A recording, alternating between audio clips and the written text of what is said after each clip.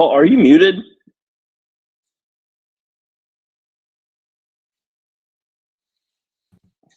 Wow, that was horrible. Okay, I was like, am I the only one? Oh, this is I saw Skank moving down there, and oh yeah, I'm sure there's a bunch of private chats. So okay, back up. Friday morning, Good Friday. Happy Good Friday to all of you around the world. I haven't done one of these for a while. I've got some other stuff coming up in April too, so I don't know what I'll do. I was playing with Riverside yesterday. I might do some because Riverside. I might do some members only live streams actually with Riverside, and I'll have to figure that as I go. But my Fridays have been conflicted. And when I get a conflicted Friday, I don't do this, but I wanted to. But I think we have one of the great all-time Friday lineups today. I had to quickly grab some people to put in there, and the rest filled in nicely. So, Trip, you're not. You're probably not as well known in the corner as many, but you've been around a long time. So, tell us a little bit about yourself. Yeah, no, I think I kind of got into the corner back early on the Jordan Peterson kind of days many years ago, and so I was involved in then, and just kind of been in and out. Still friends with like a lot of guys who you would see more, Luke and Sam and that kind of thing.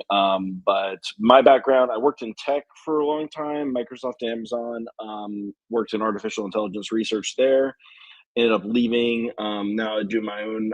I own my own business. I live in Charleston, South Carolina. Moved here from Seattle about 4 or 5 years ago. I've got two sons, 10 and 8 years old, and we. Oh, he's not 8. He just said he's 8 in a couple weeks. He's not, he's only 7. Come on, So, Dad, get it right. I know, right? So, yep. So that's my background. In terms of church, I grew up Presbyterian. I go to a Presbyterian church now, but Anglican, kind of like kind of high church Protestant would be my background. And I wrote my philosophy thesis on mental causation and Thomas Aquinas. So I'm really into Catholic theology and philosophy, that kind of thing. So. Very metagelical, very metagelical. Yeah, very and much. I was just about to bring President Foxman in, and he drops out. So I'm going to bring in our own balloon master. Hey, I like the beret, which I got on the job.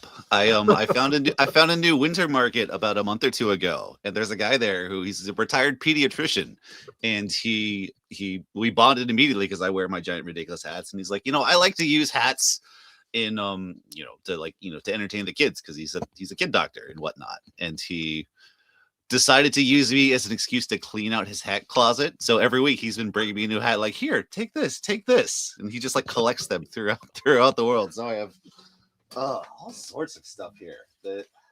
Unfortunately, his head is just a touch smaller than mine, so I am suffering to look this good today. Oh, well, welcome, Matt, otherwise known as Skank. Trip doesn't know a bunch of you people, so Skank actually, he's a balloon clown on the wharf in Seattle. Trip, oh, really? Yeah. Amongst other places, but yeah, I work at Pike Place a lot, and yeah, all over the area. Gotcha. I lived in Capitol Hill for a long time, and then Kirkland. So I was out there for probably 14 years, something like that. So right on. You might have run into me. Who knows? Yeah, maybe. and Trip actually did folks do. Trip actually did a couple videos because he was in Driscoll's church in Seattle. So a lot of interesting. I moved out here right at the tail end of that, and so I was there for like 2 or 3 weeks before realizing Seattle. Oh yeah, so the very end. Yeah. Yeah. You didn't get screamed at. No. The good old days were gone. Oh, too bad. I'll bring in the president now. Now we have President Foxman himself. We have a strong contingent from the Pacific Northwest today. Yeah. It's a lot of West Coasters. So President Foxman, many people will know who you are, but why don't you introduce yourself a little bit? Yeah. I hang out in the corner of the corner with Afriel, McMo, some of those guys. And so we are constantly doing things. And doing like little streams and hopping on to each other's stuff. We also have a group in the Pacific Northwest that does campouts together. So I've been doing that with Skank and Af and a few of those guys. Yeah. Also, I was told to mention McMo has a Ko-Fi. You should contribute to it. I don't know. I haven't seen a lot of production from McMo lately. It goes on behind the scenes. Yeah. Think about patrons. You got to pay for their studio time too if you really want to be a patron. Come on. I miss the chill streams on the weekends. Those were really wonderful. So yeah, I miss it. Anyway, welcome, President Foxman. Glad that you're here. And maybe I'll bring in the another West Coaster, Mark D. Parker, the pseudo Catholic. How would you like to introduce yourself, Mark? I don't think you're a stranger to many of the people here. No, I'm not a stranger. Is my sound okay? I'm trying to. Yeah, better than mine was. Okay. That made me giggle. Oh,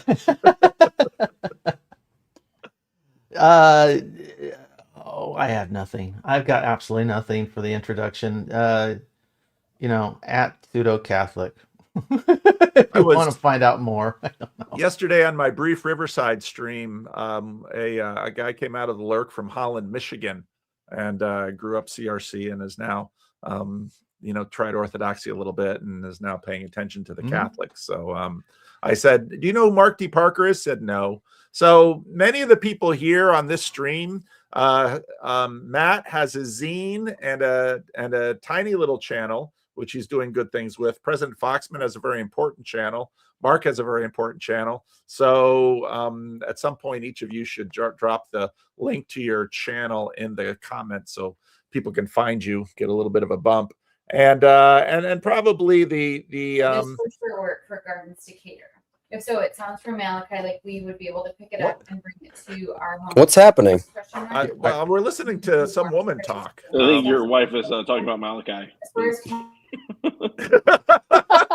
Do I have to relocate? This is there's too many people in my house right now. What's happening? Your family's interrupting your YouTubing. Yeah, that's right. Everyone's off for this, for like the improper Good Friday. All right, we're back. All right. I heard Michael Martin say it's actually you guys that are out of touch with the cosmos, which is why I don't Eastern Orthodox are so otherworldly. It could be. I don't know. I'm not going to fight that fight. I was just trying to be funny. Okay.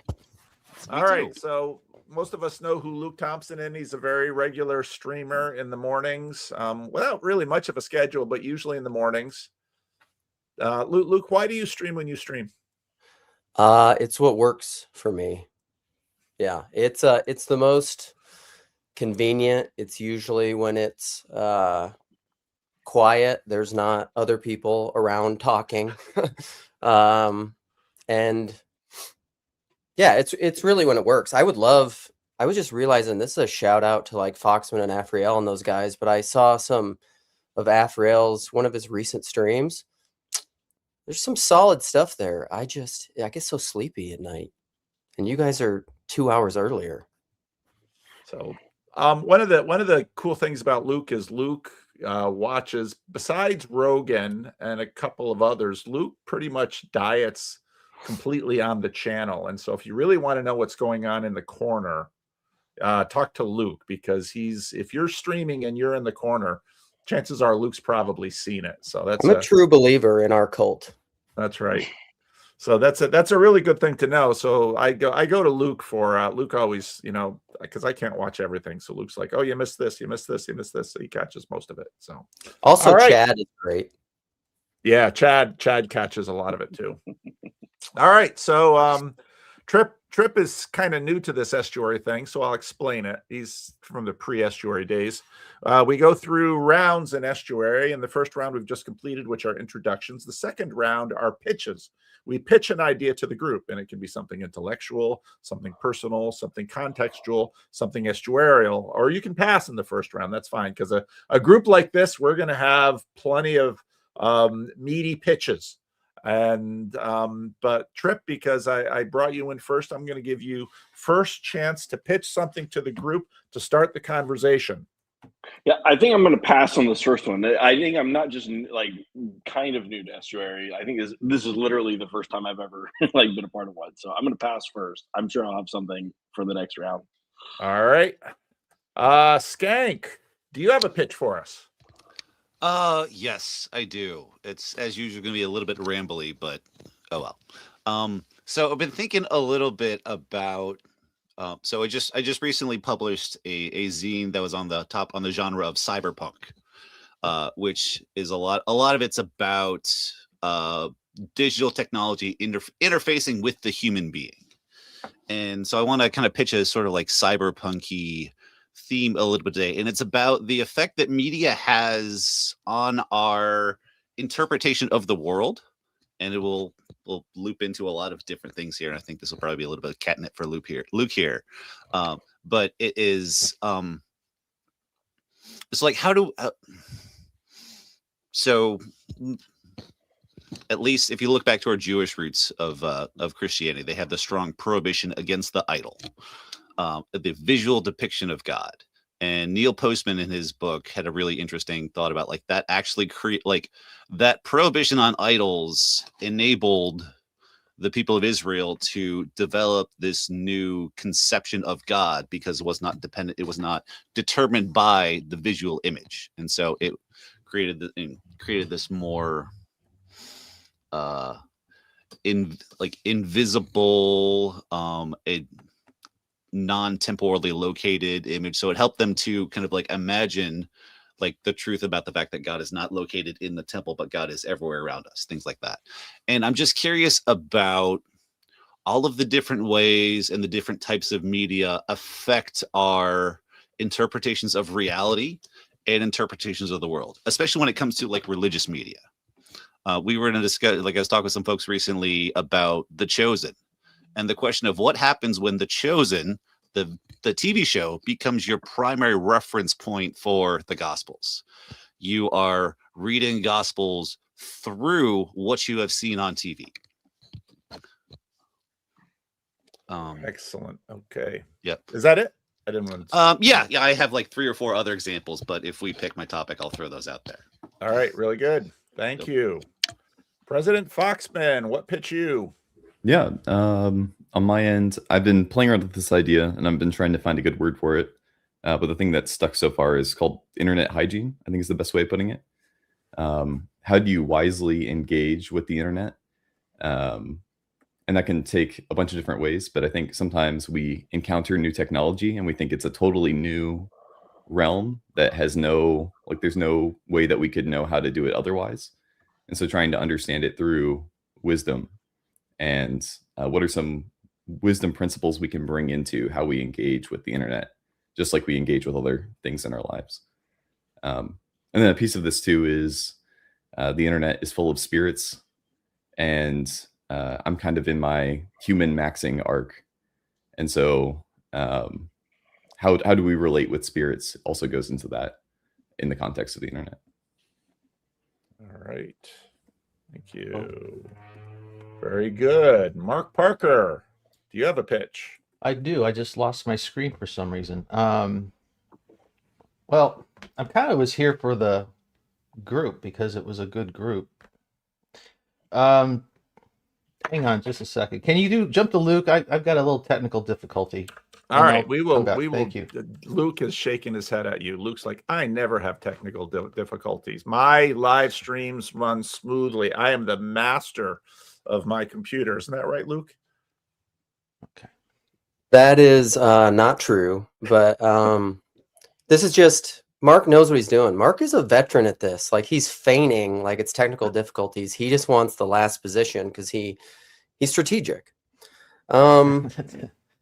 So I think my pitch, I'll try to be succinct. I've realized that I have fewer and fewer pitches all the time because I work out all my thoughts. I think what I would want to talk about, those are both, Skanks and Noah's are both right up my alley. What I've been thinking about is thing that Jess P and I've talked about a little bit before, and I want to start working it out here. But it's the idea of it's related to naming, and almost a Rene Girard kind of idea with naming, and it's kind of connected to what Skank was talking about, because idolatry, I think, shifted from a lot of physical idols. I mean, we can still have those, to abstracted, named idols, because of which I think was very connected to shifts in media and the way that we pay attention to stuff. So now when you name something, in the modern age, when you can name something very quickly because of mimetic things, naming with veiling and unveiling, Christ and Antichrist, you can name something, and the thing that you name can be followed in name only. You lose the substance of the thing that you named. So somebody can say, I'm a Christian. Well, that's really connected to this corner. What does that mean? What does it actually mean to be a Christian? To name something that is an abstract, non-physical thing. And so I guess it would be in the idolatry of naming, and proper naming is my pitch. Okay. Thank you, Luke. Mark. Sorry about that. That's okay. Well, I can go in two directions. Have we ever done I could do a personal pitch, or I could do an idea twice. pitch. You can throw two balls. That's fine. Okay, well, let's try this one. I liked your today's was today's a homeroom? Would you call today's a homeroom this morning, PVK? Yep. So watching the whole thing with Bart, and I totally agree that that was a lost opportunity, that interview, because it had so much potential. But it made me wonder, is the next Protestant revival going to be an atheistic one? There's so many big voices starting to use the phrase Christian atheist. So, and then we can delve into, is that the inevitable end? That's actually, it was a fairly recent interview with Tom Holland where he says that's the logical conclusion of Protestantism, is atheism. I think he said that with Mary Harrington recently. So there's that one pitch. My personal pitch is how I am currently in a horrendous funk. Typically, there was a time when I was younger when I would use my moods to kind of guide my spiritual movement, to adapt and change. But I don't do that anymore. I try to exhaust the space I'm in, and then make changes. Now I'm going through this Catholic thing is just, it's hard. Paul made it, with what you made it sound with Nathan Jacobs, like I was taking the easy way out, and I'm like going, no, this is brutal. This is so much I'm so out of water. Or my native, the fish. I'm not where I'm supposed to. In many ways, I'm not where I'm supposed to be. But I also don't see it as I don't have any other alternative for me at this point if I want to keep this following Jesus thing going. And so the personal question is, the question is I guess you could say, is somewhat ideological or idea oriented out of my personal experience, but it is, when do you tap out? You're wrestling with God, and it's like, it's that long night of wrestling, Jacob and the angel, and I think he never really taps out, except the angel paralyzes his leg, doesn't he? He takes a big wound. So do I just wait for the wound? Nobody's smiling. Everybody's so serious. This is scary. Well, when you say, do I wait for the wound? It's like, yeah, I mean, You get a lot of thinky. What is this wrestling with God thing? And is it worth it? See, Bart I'm gonna go with tapped yes. out. See, Bart tapped out. And maybe he's the smart one. I'm not a Christian atheist. I can't go that way. I still see spirits. That's it. All right. Wow. No, you asked for 2. You got 2. No, sorry. I'm not going to pass today. I'm going to pitch. And I'm gonna edge on breaking a rule about the second. The rule about the second round is don't comment on a previous pitch. Wait till the third round to comment on the pitch that you select. But I was going to pass, but I've been thinking a lot about the relationship between the emerging church movement and the corner.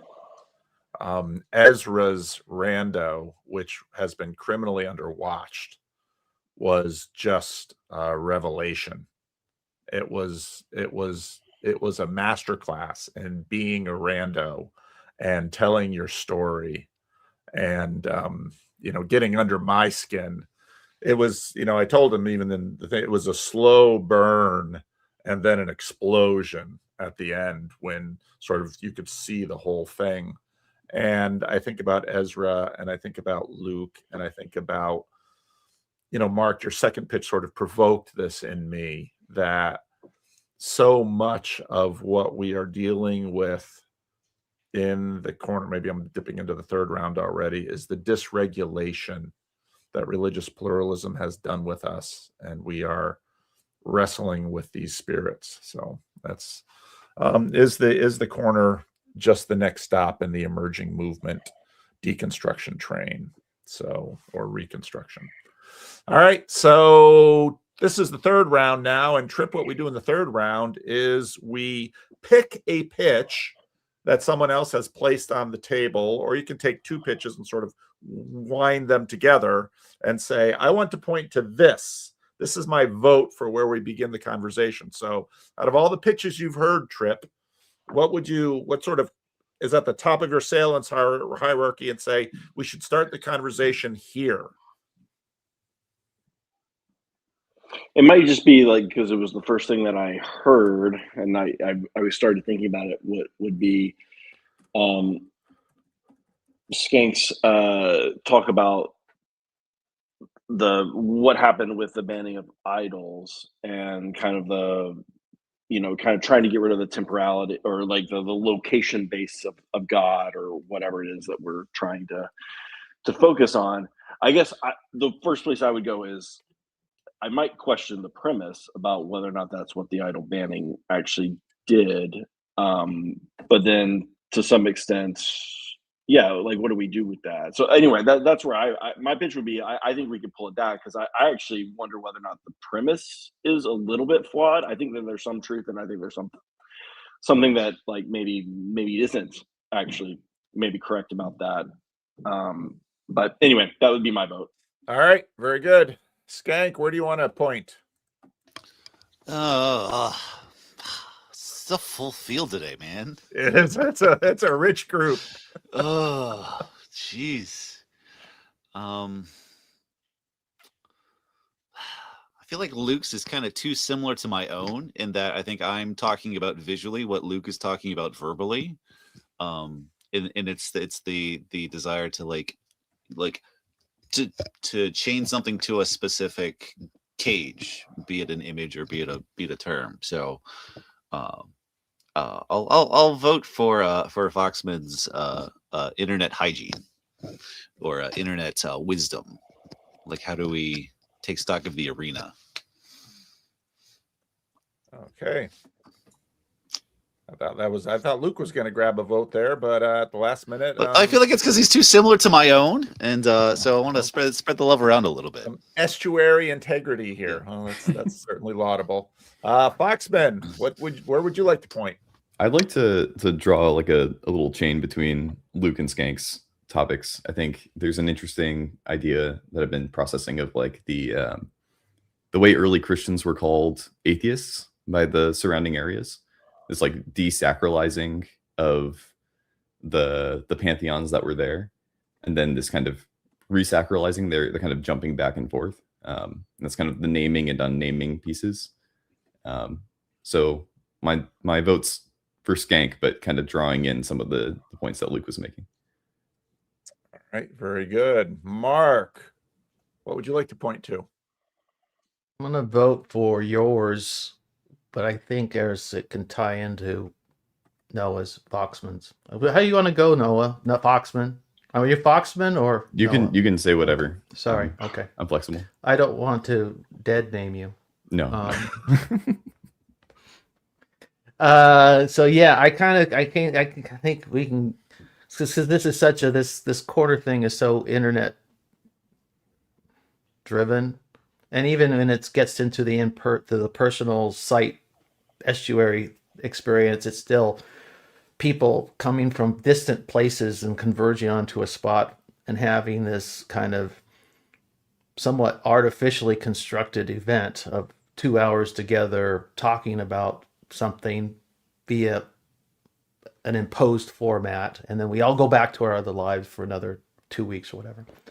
Anyway, so I think internet hygiene, wisdom, corner.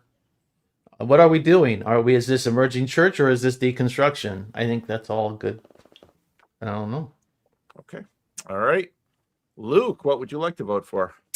Oh man, what are we? Are we 2 and 2? We're Kind of 2. I'm interested in both, obviously, and I know Noah's going to be working a lot more on internet hygiene, which I really want to talk about. But I think just because I think it relates, and because it's valuable, and because I always like personal pitches, I'm going to go with Mark's personal pitch of wrestling with God, giving up. Because I actually think it is related, and then I'll make you decide. Dirtbag.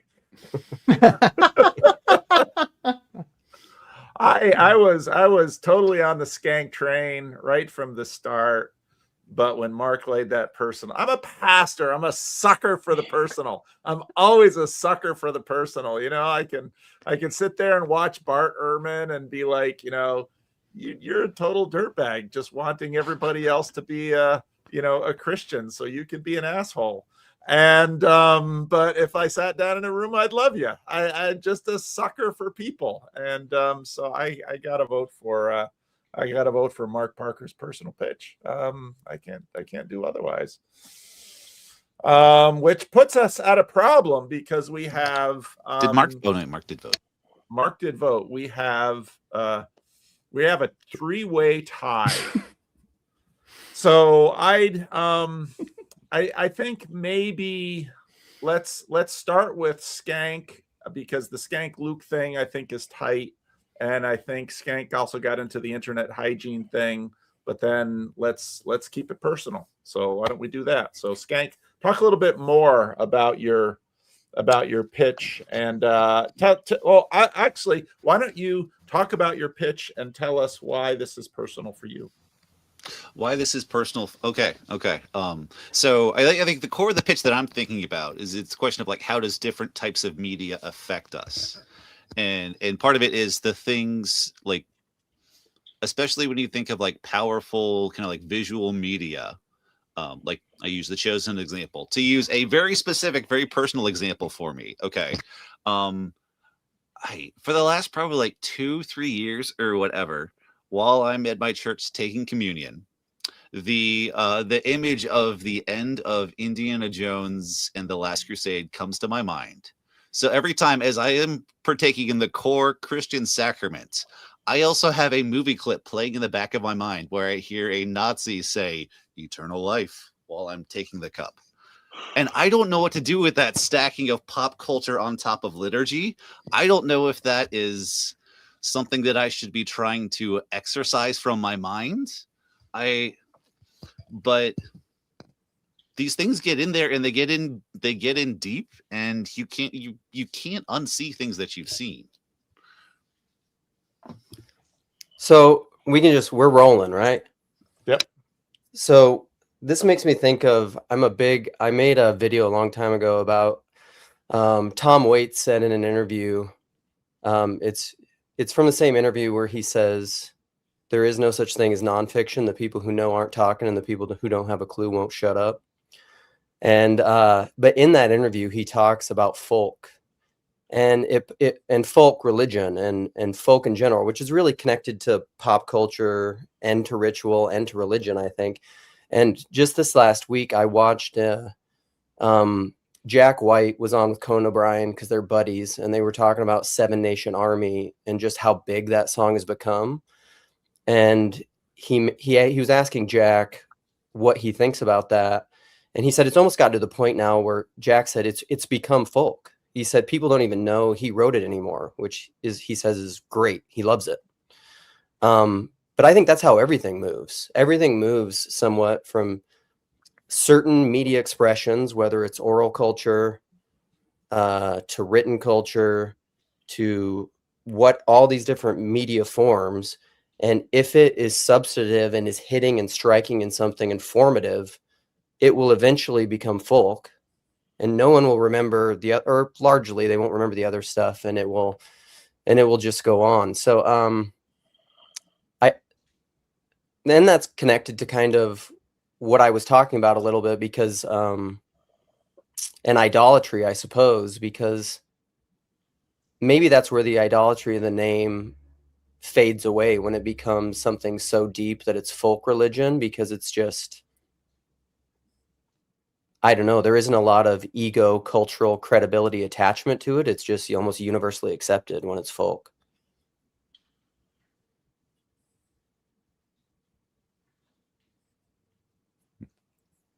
Universally Christian when it becomes folk? Is that what you said? Well, I mean, if you want to Jesus smuggle, you can say universally Christian. I just mean universally accepted. Something that Okay, I heard folk Christian. religion is just, it almost transcends those ideological boundaries. Well, the way you've used folk gets into Skank's pitch, because it's not footnoted. And when you use that illustration, I don't know the song, but if it's disconnected from its writer, it almost becomes folk. And to me, it almost becomes sort of like a mid-level spirit.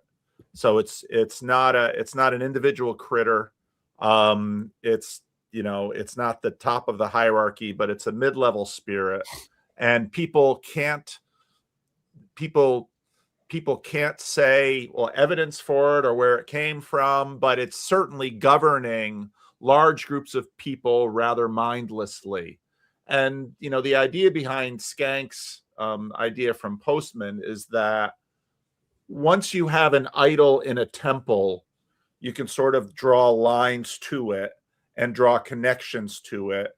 But Israel's God is untethered, so that in Babylon, Ezekiel has a vision. Why is the God of Israel up here in Babylon? How can that be when this is the God of the Babylonian space? I was listening, I haven't finished it yet, but I'm listening to Tom Holland and Mary Harrington, and Tom Holland is talking about Hadrian's Wall. And part of the function of what happens with the Roman Empire, at least for a time, is they build a wall to basically say, we're in, you're out, and we don't have to think about you. All we'll really do is kill you if you get in the way, because our thing is self-sufficient inside. A closed system, if we can go over to Daniel Gardner. So.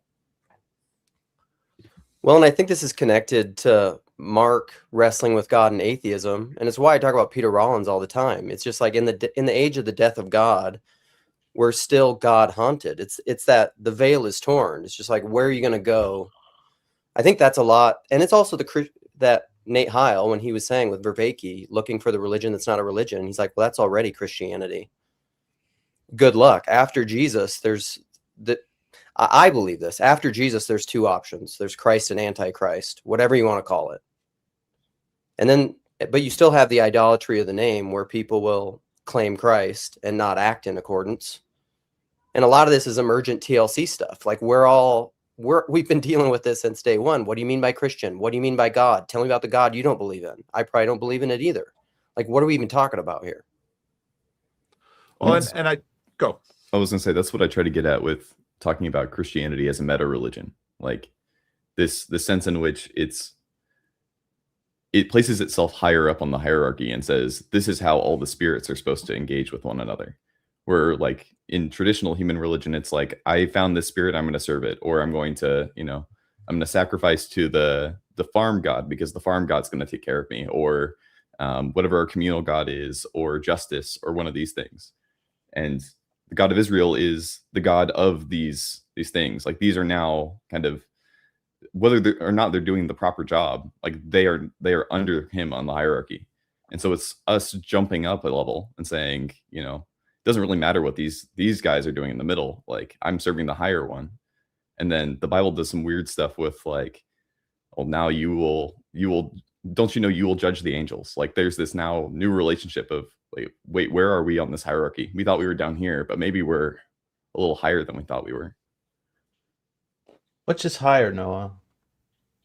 Which is higher? Humans are above the spirits. Okay, I'm trying to understand what you mean by traditionally higher or Eventually, lower. like eventually. God. Good. Well, I mean, I think a proper Christian theology is that you're moving your way up, like In closer Christ. to Christ. Like if you're going to be the bride of Christ, like there is the responsibility that's going to be there. But I think oftentimes we put ourselves under these spirits, under the nations.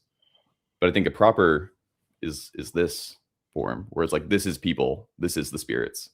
And the spirits are also, proper servants of the entire structure. So I had this image where this weird situation where like we're the interns, but we're the interns to the CEO, which is going to cause a lot of jealousy amongst all of the middle managers who know they're going to get replaced by us eventually. But we're in this state of like, we're still learning, we're still developing into that role. And so there's this like Paul talks about the transition from the old age to the new age.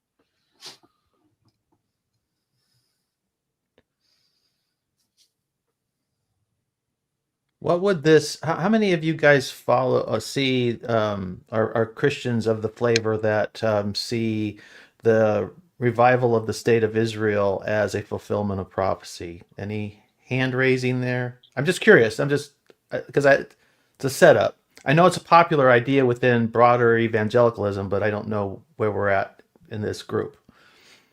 Is Hezi in the comments before I say anything? No.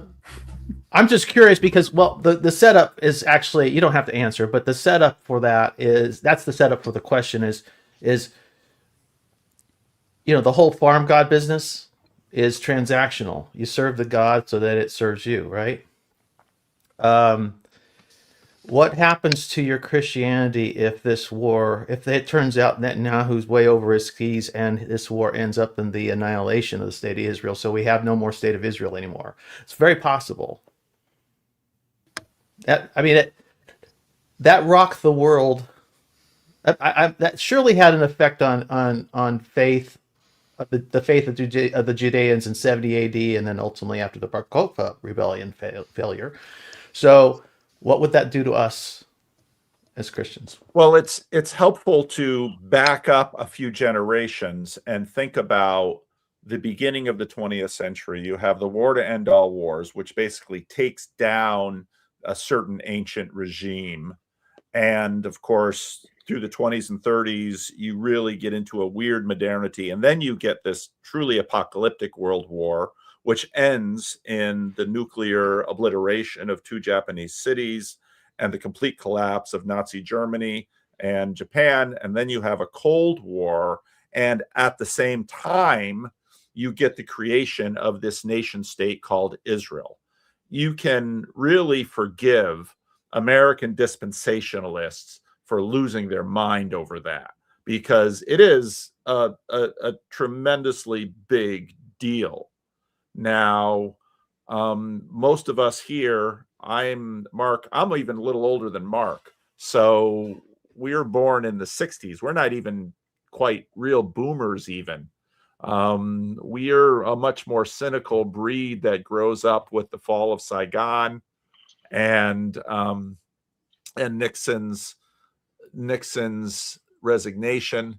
So Israel is such, to me, the Israel story is on a par with the Islamic story of the turn back towards religion, which to me is a story of the TLC and deconstruction. Because when I listen to Luke, when I listen to Ezra, Bart Ehrman sounds like a relic of the 20th century. And what I see happening in the corner is much more of a return to the dominant human project of religion. I want to tie dispensationalism a little bit to what Luke talked about, because I think it's interesting, and it also kind of calls into question Luke's discussion of folk, because I think like dispensational belief that, you know, the restoration of Israel as a geopolitical entity is the fulfillment of prophecy, that is something that exists. I mean, sure, there are schools that teach it and whatnot, but for the most part, it exists as a kind of like folk theological meme that is in the minds of a lot of the people. And I think, Luke, the way that you describe the folk is something that's good, that's natural, that's the destination of all things. Is that good in this case? Is this true? Does the truth of this matter or not matter?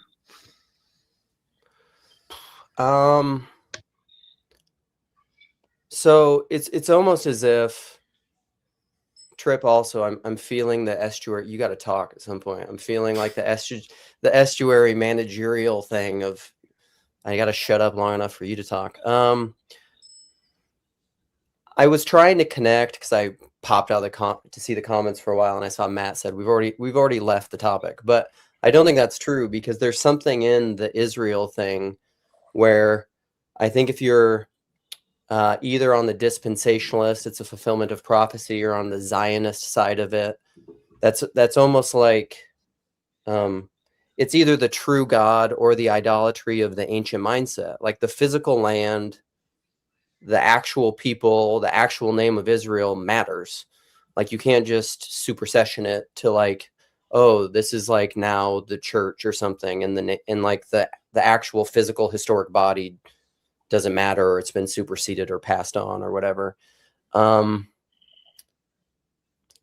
don't know. I don't know if that's exactly there's probably levels to folk religion. I mean, I get what you're saying, that it's just like a meme, but to me, those kinds of dispensationalists are interacting with Israel in a way where it's an idol. Because like, to answer Mark, your question, maybe it'll get there this way, is like, whatever happens with Israel isn't going to shake my faith in the slightest.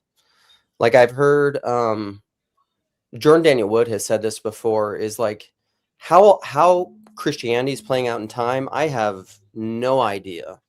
Like we're maybe still early church, you know, like I really have no idea how all that's going to play out. So is the current geopolitical nation state of Israel could disappear, and that doesn't mean that like a certain understanding of Israel because my understanding of Israel in the end times, and like the tree that of Revelation that's for the blessing of all the nations, like the actual people group and every tongue and tribe, Israel is one of those that has a place of preeminence biblically. I mean, I don't think you can really get around that. Whether or not that's exactly the current nation state of Israel, I have no idea. It's beyond my pay grade. Can we just double back like 5 minutes? I feel like this whole Israel topic is kind of sidetracking the conversation we were having. And we're trying to make it fit, and it's, I don't know, like, correct me if I'm wrong. If I'm talking out of turn, by all means, tell me. This feels like we're trying to fit this into the conversation, and we're struggling. Why did you think it fit, Mark? Well, folk religion. Noah brought up the farm god bit, and it's how transactional is your Christian faith? Do you need God to fulfill prophecy as you think it needs to be fulfilled? What would happen if something I mean, this is a foundational for a huge number of evangelical Christians, including the current ambassador to the state of Israel, including members of the current administration and past administrations in the United States. This idea that it's not folk religion in the peasant sense. It's a folk idea that if this is a folk premise, that the revival or the birth of the nation state of Israel in the modern sense is a fulfillment of biblical prophecy, and say current events result in the annihilation of said fulfillment, what does that do to your faith, be it folk or be it theologically grounded? I don't know. What are you going to do with 50 million evangelicals who suddenly find themselves completely unmoored? Their God has failed them. Well, you've already got a massive people you're trying to talk to deconstruction. are not on the panel. Like No, this, but- like they But you can't want to talk back serve you. them. Yeah. What does that bother you? One, it's still can't the speak for idea of a religion. How what is this? What is the? I think that more dominant folk religion has been the post-war consensus, where in some ways the Jews were hallowed by the Holocaust, and that gripped America and the West because we no longer wanted the guilt of Germany on our consciences. So in that sense, we hallowed politically a certain group of people. But I think the post-war consensus and that religion, which is fading and which is going away as we watch, that world organizing perspective that has dominated in the West and has sort of continued to recede. The Democratic Party, that's sort of been the religion of the Democratic Party, and that's receding. And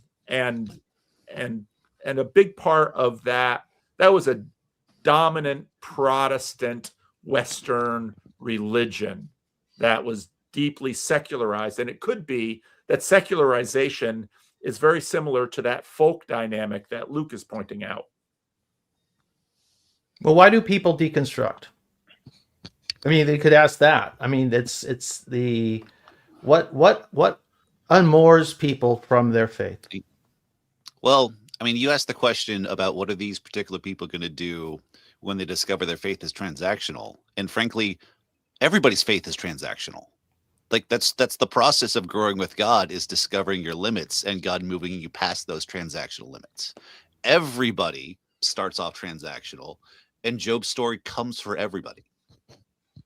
And you have to, you are faced with a choice many, many times. Do you serve God for nothing, or do you serve God to get something? Good, Trip. You haven't said anything yet.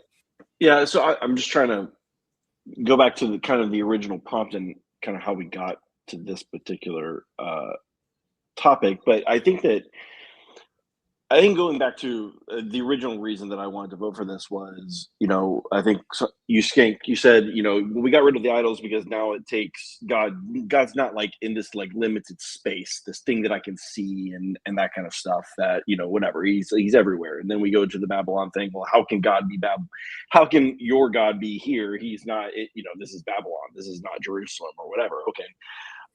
But to some extent, I think that's always a question that we have. And in fact, the Jews had this question. So they said no idols, but they did have a tabernacle where God's presence was. That's a spatial, temporal location or whatever. And so we're going to use kind of an Aristotelian term. I think that virtue for Aristotle was about just getting rid of excess, right? So eat too little, that's a vice. Eat too much, that's a vice. It's somewhere in between. And so same thing with folk versus specific in terms of religion. I think that we have to find out, you can go too far on the folk side and then it just becomes this nebulous kind of bunch of nonsense. And then you can go too far on the very specific side and you can err similarly on that side. And so I think really we're not really struggling with anything new.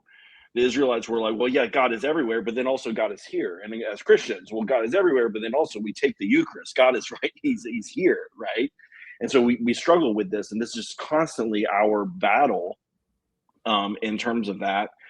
And so in some sense, I don't think that we're asking a different question than we've ever asked, right? Like, where are we erring in terms of this? And so, like, for instance, like Lord of the Rings or Chronicles of Narnia is very much a part of the way that I view my Christianity. It's a folk, like, fairy tale, right? But it is very much a way that I see the world.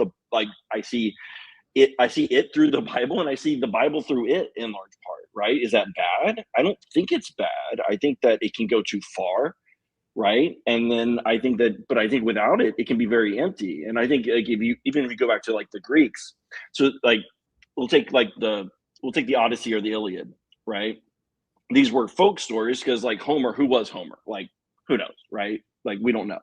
But these stories of these Greek gods kind of shaped the Greek Hellenistic world in ways, and they behaved according to these stories. That, where did they come from? Who wrote them? We don't really know. Are these gods real? Is this the god of Sparta? Is this the god of Athens, or whatever? Like, but it was a folk story, but it became very particular at the same time and was located. This is the same thing that we're doing. And so I think that whenever we put too much, like, criticism, I think it's a right question. I think it's a wise question to ask: to what extent is our media influencing us negatively? But then also, I think there can be too much of, like, almost a puritanical freak out about the fact that our media is influencing us in the same way. I wrote an article about The Chosen about this, is that even if I don't disagree with anything in particular in any particular episode of The Chosen, what is not being shown in The Chosen is a choice, right? And so, like there are things that Jesus said and did that they chose not to introduce into the story. To what extent is that influencing my picture of Jesus? That's a valid question to ask, right? That doesn't mean The Chosen is wrong. And so I think it's more just like a constant, like, okay, to what extent is the folk, like, taking too much precedence versus, like, the particular, and vice versa. I guess that's kind of where I land on it. Well, I think it's all that oftentimes we have a frame that we're seeing things through, and there's a conscious effort that needs to be taken to see things through other perspectives and understand that when you do that, then you begin to see how different your perspective is. Like, if you're seeing something through The Chosen, or you're reading the text, like, there's more texture to it. You're looking at it from more places.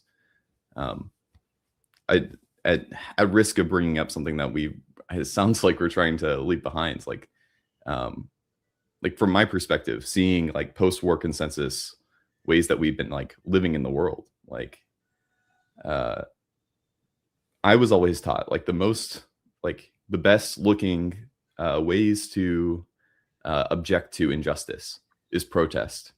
Like, protest is the frame. Civil rights movement, feminist movement, all Vietnam protests. Like, this is the picture of what this looks like. Well, what is a protest but a begging to the gods of America to change something? And it's not the God of America, like uppercase G, like the government as God. Like, please change something. And so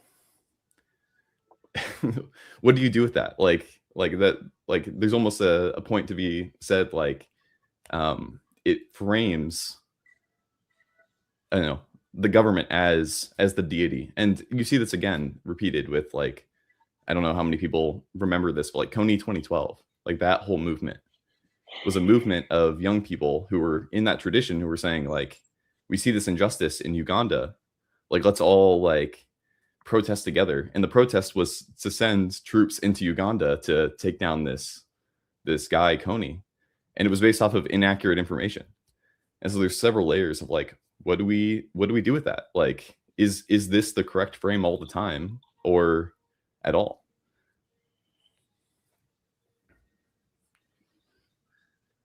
Rod in the comments has been hitting on pluralism, which is something that I think needs to be talked about with respect to when Mark talks about farm religion. I often call that common religion. It's deeply transactional. With the sacred social order, I get myself in alignment with the God in order that I can receive from the God. And that is directly engaged in the book of Job. And it's directly engaged in the crucifixion of Jesus. And then Ethan asked me in a comment, well, is common religion bad? No, it's not bad. Because Jesus doesn't move away from common religion, but Jesus engages it at a much deeper level. And that's now part of what happens with pluralism is that there are competing common religions at play. That's what pluralism is.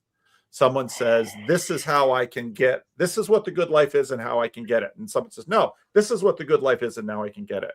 And part of what's interesting about the image on the screen and the internet, and now AI especially, is instead of the temple of Zeus or the temple of Artemis in Ephesus, now you can get your little silver statuettes that the artisans in Ephesus are selling that gets Paul into hot water, but they are in a sense replicas of the original.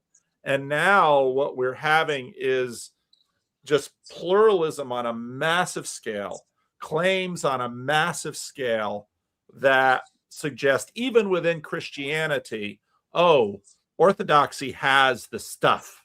And so, you know, we've seen Catholicism, we've seen all these elements of Protestantism, and Protestantism is almost everything not Catholic. That's sort of what Protestantism meant. But now there's a third, which is orthodoxy, and it's the orthodoxy as if it's one thing. And so there's a reason people are dysregulated, because we can't cope with that much confusion. And so then when we do, we tend to go back to reductions and we wall ourselves off and we limit. And you might say, well, that's a bad thing, but that's exactly what monasteries are.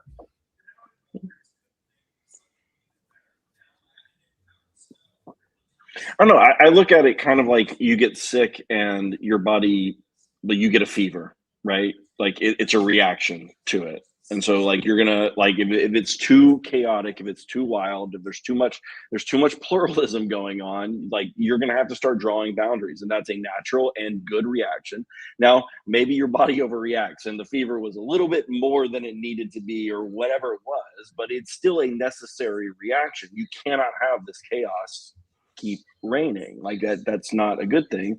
And if it becomes inevitably too rigid, then walls start getting broken down too, right? That's the natural reaction to too much rigidity. So that just seems like a very natural like way that we have to deal with this, because no one has the perfect formula for how to navigate it, right? We're going to react one way or the other, and it's going to be building too big of a wall, and then that wall get broke down at some point, right? That's just, you know, call it the dialectic if you want, I guess. Well, and when we had mass media, it was, we had 3 networks and they all told us the same thing. And then cable came along, and eventually we had the majority post-war consensus, and then Fox, which was a different thing. And then we had the split. And now you've got mass. I mean, even watching the war now, to anyone watching it, say, via YouTube versus via television, it's a different war.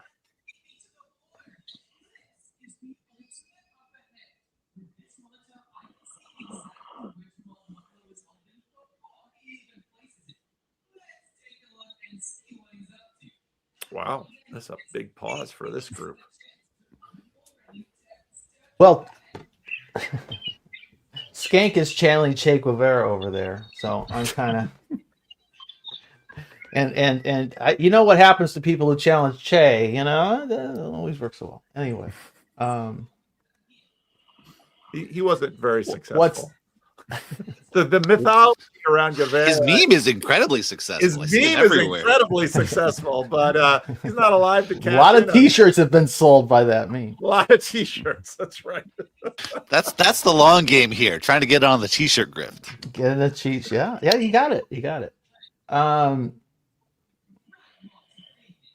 Well, see, this for me, my retreat is to Catholicism. I mean, I don't see any other. I can't tell you what I really think about Catholicism without offending all my Protestant friends. And that makes me sad. But on the other hand, I don't know. Because we can't have an honest discussion about it with possibly breaking up friendships or ruining a live stream or something. Well, I don't know. I mean, I think in some ways that's sort of what the corner is for. And partly why it's the reason you talk to a therapist who lives in a box and can't tell your secrets is isolation from the governing relationships that really impact your life. And in that sense, the corner is similar, because you can be angry at Mark D. Parker or Jacob Federecci or Luke Thompson, and your wife doesn't care because she's not going to watch any of them on YouTube. God help me if she does join the corner. I don't have to leave. But so because if we go, it's like so much of this discussion is driven by our Protestant experience. I don't know if we quite have the same discussion.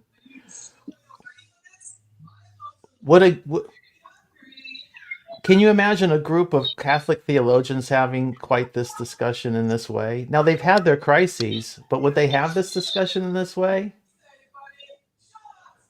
I don't know. I mean, and when you say Catholic theologians, my mind educated. goes like this, because when you look at the major voices of Catholic theology over the last 60 years, it's like, wow. Because on just even in biblical studies, I can look at just the Catholic commentators on my shelf, and they are all over the map.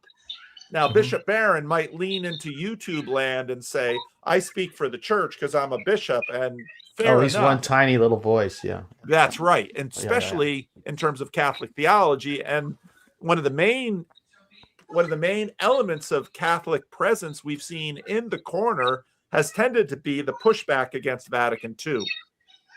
And it was enlightening when I read about Vatican I. So it's like, oh, wow, 19th century Catholicism, that was a really interesting conversation, when here we're talking about Christian nationalism in the United States. And then you read about the rise of fascism. And then, Catholic basically backs fascism in the Second World War until they realize that Hitler is coming with the package. And then they have a big problem in Germany. And then they lose the war. And so finally, by the 1960s, they have to say, democracy? Yeah, that's our horse now. When you should have heard what they said about democracy in the 19th century. Yeah. Oh, yeah. So, and again, we're back to pluralism. Which Catholicism? Spanish, French, Italian, Latin American? Okay, you've got a pope there, but so and what's your relationship to the church is the question I guess I have. There you go. And so then we have, back to Skank's pitch, we have an invisible church. That is, it's all over the place. Well, it's kind of both, right? Because that's the whole thing. Is it like, where is it confined to one particular thing? Is it in the temple? Is it in, the Holy of Holies?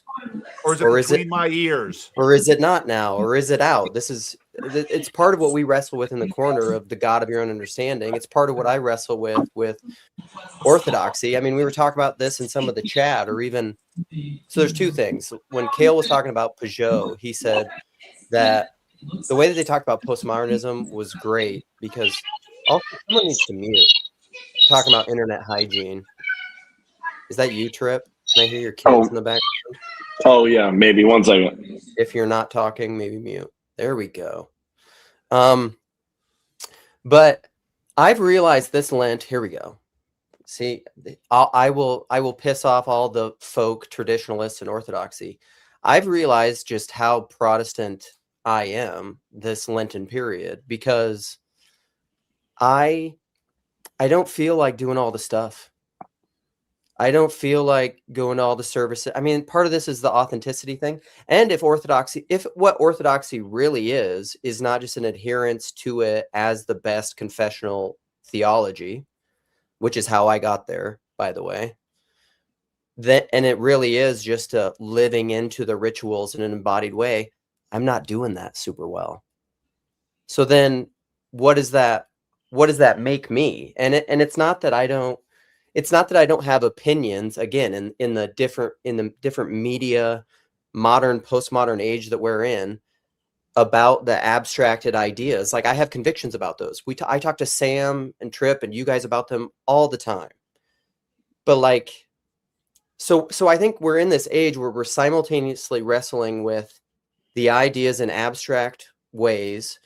And then also, when that gets too crazy, we resort back to more restorationist, isolated folk religion tropes, which, Mark, I mean, it seems like, I don't even think this is me like calling you out or something. That's what you're seeking to find in Catholicism.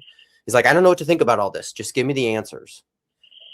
But the problem is, it's like, you can't ever get away from the person. Like, that's a choice.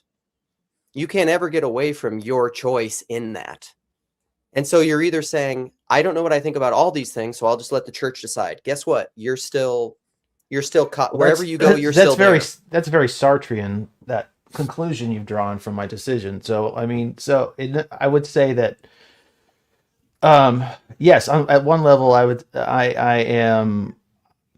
find a lot of the speculative position taking that happens within Protestant Christianity to be very individualized and therefore lacking any meaningful authority. So on many of these points, I can just defer to the magisterium and say, you guys take care of it. That's what you're paid to handle. On the other hand, I can, as I've pointed out in other places, I can't get away from this idea that I find in Joan of Arc said, that the church and Christ are one thing, and it's best not to confuse them. And it turns out this is in paragraph 795 of the Catechism. The church and Christ is the total Christ, and essentially they are merged. You have if you aren't. This is why I'm not the Christian. I can't. I'm not going Bart Ehrman's direction. I'm not going to become a Christian atheist, because I do believe I need to be saved, and the way to salvation is through Christ. But what if Christ and the church are one thing? Then I must find myself reconciled to his church. Now, if his church is some invisible blob that I can't, locate, how do I reconcile myself with that? So, like, I agree. We were talking about this in a group chat earlier today. On some degree, and I know Tripp thinks this way, in some ways, I agree with you. Like, the primacy of the See of Rome and first among equals, and like, I agree with all that. But like, the reconciliation of Catholicism and Eastern Orthodoxy and Oriental Orthodoxy, like, in the eschaton, I think that's what's going to happen. I think Christ and the church, his bride, which I think this comes out like they are at one, but the church, Christ and his bride are different things, but they are at one. They need to be united, and we are in the process of them. They are united in like its fullness, in like Kairos, like it's happened, it is finished, but we're working that out. And so of course we're working it out, but it isn't. We see, not all choices are equal. That's why I called your point Sartrean. It's existentialist. It's that if not choosing is still a choice, that you still have to choose. That's all existentialist. That's existentialism. That's Sartre. There is in a sense a singular choice, and you did touch upon it earlier. There is that one choice where you must be reconciled to God through Christ, and then how do I do that? This goes back to Rod's point about discuss, and then was it something like more and more discussion leading to unbelief? It's pretty far up in the chat. But I don't think all choices are equal. While we are working things out, I think this problem of alienation from the church that Christians have engaged in over centuries now leads us to this state of confusion. At least, and I'm sorry. Well, Go ahead. no, Skank I wanted was to just get in saying there. that to me. Yeah. Well, I mean, part of the, a consistent feature of stories of deconstruction, not just our contemporary moment, but throughout the centuries, has been reckoning with the fact that the visible church does not measure up to the character and witness of Christ, and that creating a crisis of the fact that, like, if the only thing I visibly have access to is the church, and I see a giant mixed bag at times, like that creates the crisis of deconstruction. It's the fact that the church is not today what it will be in the eschaton. And that's true of all stripes and shapes of it. What do we mean? What do you guys mean when you say the word eschaton? What are you thinking when you tell me in the eschaton? I know the definition, but tell me what's in your head. Like, that's the last things. New heavens, New and heavens, new new earth. earth. Okay. I think there's also a piece up and I think there's also a piece too when Mark, when you were mentioning like these like Catholic theologians, like what would they talk about? It was like, again, we asked the question, which Catholic theologians? Because I think about like Jan Hus would have thought of himself as a Catholic, like to the very end. And Calvin and Luther too. Yeah. But I think Jan Hus, for specifically because he didn't even try to lead like a revolution against. It was more just, I'm trying to say how important it is to have both the body and the blood for all believers. And so there's this idea of like, you know, like I would say he's a Catholic theologian who's doing work. And even like 2 of the last 4 popes have expressed great sadness that it ended the way it did with him. Saying they probably shouldn't have burned him to the stake. And so there's like, you know, like, what do we mean by Catholic thinkers? Or like this has been the tough part about talking with my Catholic friends, because I lived with them for, I lived in a Catholic like men's house at the university for 2 years. And there's this sense in which when they talk to everyone else, it's very much, we're all on the same page. We all believe the same thing. We are completely uniform. But I'm like, I'm living with you. I hear the conversations you have, and you guys argue about everything. And so it's like as much as we can say we are on the same page for all these things, like you can't ever get like on the same page with everything. Like there is a point where there has to be some level of disagreement or mysticism about like, we are still going to be one body, even though we look so different. Well, and this gets into the idolatry of the name. We're all Catholic, and so we're all the same. Okay. All right. Sure. Has anyone ever read Jesuit theology, like compared to like what Ratzinger was writing? I'm sorry. Like this is not like, they're not the same. And I think that's going back to kind of like what we were talking about with post-war consensus and everything else. At some point, I think we put together this picture of a past that was more uniform than it ever was. We were never in complete agreement. Like this idea that like the church was ever like unified in the way that like we tell this story, that was never true. Like they were always fighting. Like before Luther ever came around, the Eastern bishops and the Western bishops were fighting about things. Like this is not new. And so I think sometimes our deconstruction is just, we paint this picture of the way things used to be. We get disillusioned because we look around and be like, well, that's not how things are now. So it must all be fake, and I need to walk away from it. And I've got news. That's never been the case. It has never been the case that we've been even close to as unified as some of like the pop Catholic apologists will say on YouTube, and be like, no, the Catholic Church is one. We're in lockstep about this. No, you're not. You're not today. You never have been. That's always been a lie. And that's okay. I'm not saying that's not a criticism of them, because Protestants, Anglicans, Orthodox, we're all doing this, like, but this is nothing new under the sun here, guys. I don't know why we're like, I feel like to some extent, it's more like we had this like picture of, I mean, to change, this is just an analogy. I don't want to go down this rabbit hole, but we had this picture of like public health officials being beyond political influence, and like we had like we can just trust them and everything, and then that gets shattered, and now it's like we can't trust anything that they say about anything, and we've gone completely the other way about it. And I feel like sometimes our deconstruction stories sound a little bit to me like that, where you had this picture of a level of authority and unanimity that was never there, that was always fictional. It got obviously shattered, and maybe media, the internet, and everything else just makes it more easy for us to see like the obvious fractures where we could kind of pretend that we were all on the same page before. And I think that's all that a lot of the deconstruction stories I see is just that. It's like a disillusionment about a world that never existed. It never existed within the church, and it never will. Maybe that's what new media does, is it allows us to die to our collective idolatry of the emergent forms. There are the emergent images that we have that dominate any particular media.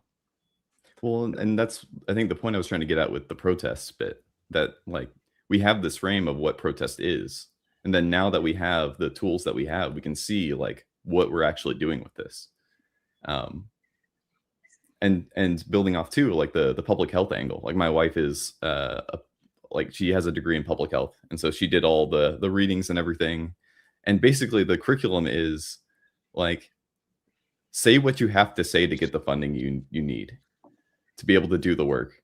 And if that means like, you know, basically lying through your teeth, just do it. Like that's what you need to do. And that's been the history of public health, and that's been the way it's gone. And we're going to present a face to everybody else that like this is the kind of work we do. If you have to lie about how much this disease is affecting people, like the people who you're trying to get the funding from, say it. Like that's what you need to do.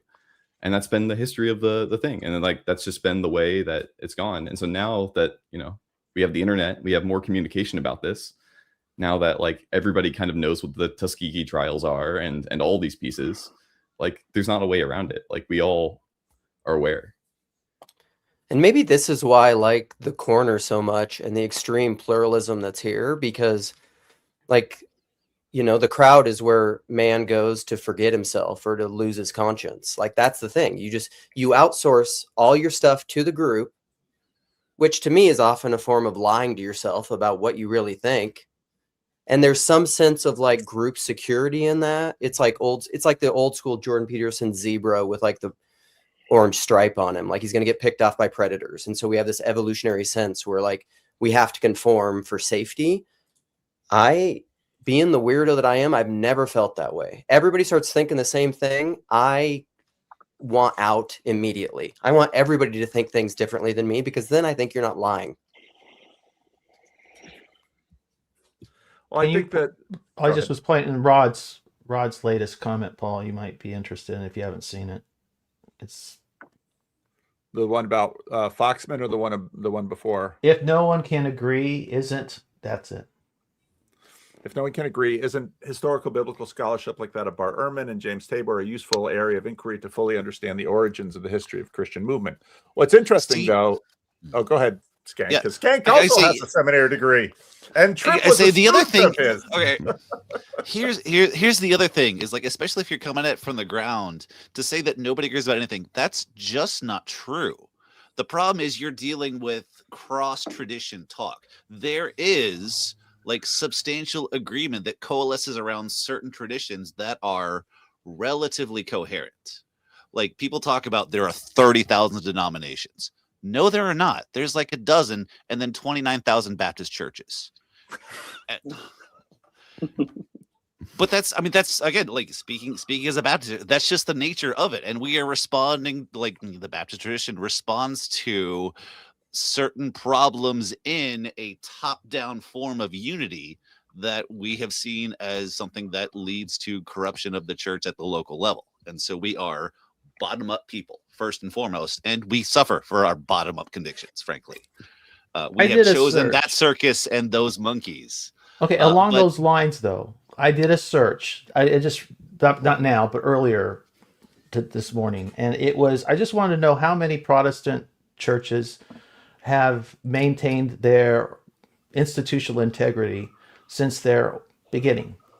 Okay. What do you mean by institutional integrity? That is, they're still the same organization they were 500 years ago. The world has You see, dramatically you can changed know. in So you can 500 go. See, years. the thing is I the use difference. I use the term tradition, not institution, intentionally, because traditions develop over time because they are moving through time. What and makes a part of tradition? 40 years, what makes 20 years, 10 years, 100 years? 2 Christmases in the eyes of a child. I would say a tradition is Gee. is a body that is united in action. This is belief. Act as if. This is why we have the Jordan Peterson. I'm not going to use your words. It's people who act together, who do things together. It's a body. That's a tradition. But see, I mean, to my mind, and that's there are I always get buildings grumpy you with- can go to, libraries that have existed for hundreds, centuries and centuries that you that are Catholic. You can still go and say, these are the Catholic church's buildings. These are the Catholic church's libraries. These are these institutions. We have various orders and whatnot that you can place them on a map. That seems weak. In sauce, Protestant, to me. hold That on, honestly just one seems- second. Just Yeah. within Protestantism, I came up with 4. 4. We've got the Moravians, which preceded, as well as the Waldensians. Waldensian Evangelical Church. I've heard of the Waldensians. I don't really know much about them. They also precede somewhat. The Mennonites and the Reformed Church of Hungary. None of which you would think of as, mainstream Protestant. The Protestantism, interestingly enough, it survives by splitting and it eating itself. It comes, it goes, it changes shape. But you can't locate it. Whereas the institutional church, when you look at you can say to the Catholic Church, that's where it is.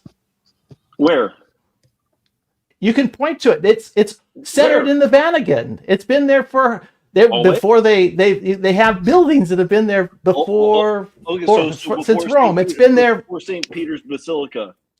Yeah, Was there well- a Catholic church? What's the question? Before St. Peter's Basilica was built, was there a Catholic church? Before the church went to Rome, was there a Catholic church? There was a Before what's the the point? apostles went to Rome, was there an apostolic succession Roman Catholic Church? That would be the Roman Catholic Church. Well, the apostolic succession presumably began with the apostles. That's right. So when Peter went there, he went And directly Peter to and Paul go to Rome, and they die. At the Vatican, Peter went there. That's when the Roman Catholic Church started. I No, the Roman Catholic Church is the Roman Catholic Church. You're getting lost in the weeds here. My point is that there is one church. No. See, Mark, you're criticizing the weeds of the other denominations when I'm saying I can keep pulling at that thread of the Roman Catholic Church too, and you would say, yeah, okay. Okay, but it's the difference is 2,000 years. The difference is 2,000 years versus 500 or 150 or 10. And I'm saying that would be, you're disputing the claims of what Protestants would believe. Calvin and Luther did not think that we were starting a new church. Like that's not the claim. So like while he called the Pope the Antichrist and and every profanity under the sun. 3 popes, Mark. Before Luther. We don't have to get into this, but if you want to pull at the weeds of the other denominations and traditions, you're free to. I'm just saying that's a universal acid. But what's a tradition if it doesn't last, is my point. Well, I think there's an important piece here, and it's the meme that goes on where you have the modern anti-fascist movement says that we are part of this long-standing American tradition of being anti-fascist. And then the joke is that you teleport someone who would consider themselves anti-fascist from World War II, and they'd be like, we are not on the side of these people. The thing is, things change over time. And it's a ship of Theseus. You're constantly taking out parts and you're putting new parts in. And there's going to be development over time. And I think the Orthodox, work on trying to be as consistent as possible. I think the Catholics do a good job of trying to adapt relatively quickly, but then also try to hold on to tradition. And then the Protestants are constantly adapting. And that's been their take. Basically, just we're going to go as fast as possible to adapt. And each of those approaches have their positives and negatives. But why are you working so hard to stay separate from the church? Why are you working? Why aren't Christians working harder to find ways to unite as opposed Protestants are to? quicker to embrace Catholics as Christians than the other way around. In what sense? In almost every sense. Luther, They can take communion with us, and we we can't take communion with them. Yeah. Because, well, what do you think about the Eucharist? It's Christ's body. And and can you take that in good conscience? Well, Mark, if In the I real believed in presence? transubstantiation, they still wouldn't let me take it. Well, yeah, you'd have to follow the procedure to join the body, and but that's a process that's as old as the DDK. Right? But even built into the question, like even the way you phrased it, Mark, was why are Protestants so reluctant to unify with the church? Like built into the way that you even phrased that question is the Roman Catholic Church is the church, and you guys are outside of it. And it's so like I'm saying, built into the question is the answer. But there were no Protestants until they had a rebellion. Protestant is a label, and it's a label. Like Calvin and Luther did not think that they were building a new church. That was not their purpose. That was not what they. No, they felt that they were restoring the old church that had been lost.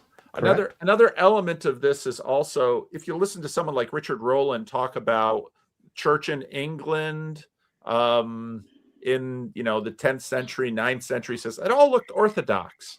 One of the things that develops in the modern period are not only the imagination of a particular form, but also the capacity of those groups to install discipline below.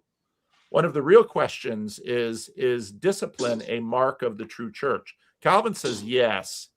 One looks at the Roman Catholic Church now, and it's tough to know, because you have the question of how much is this? And then again, my conversation with Nathan Jacobs was just fascinating, because he's like, council, heresy trial, orthodoxy, it just sort of lets it ride and doesn't push too hard unless the others die out. Now that's kind of difficult, though, when you look at what's happening between Ukraine and Russia, or autocephalous status, and the fact that in America, if you say, I'm going to the Orthodox Church, you have to ask what kind.